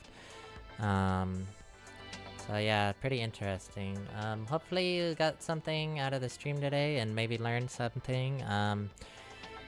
I think we're gonna blah blah. We're gonna go ahead and raid. Oh, what's his name? Dr. Sniper Sec, something like that. He's a new cybersecurity streamer on infosecstreams.com. So Dr. Sniper Sec, yeah, that's him. We're gonna go ahead and raid him. Looks like he's doing some late night hackies. So yeah. Let's go ahead and say hello to him. He seems like he might be pretty cool. Da, da, da, da.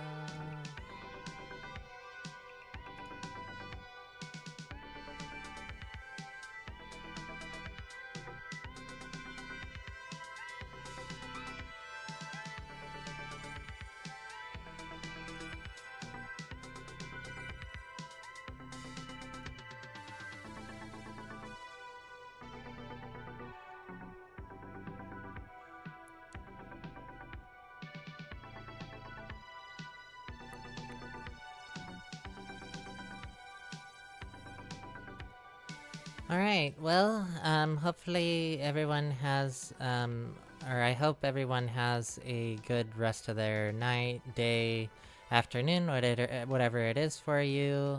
Hopefully you got something out of the stream. I'll be streaming again on Thursday, continuing with a game of Active Directory.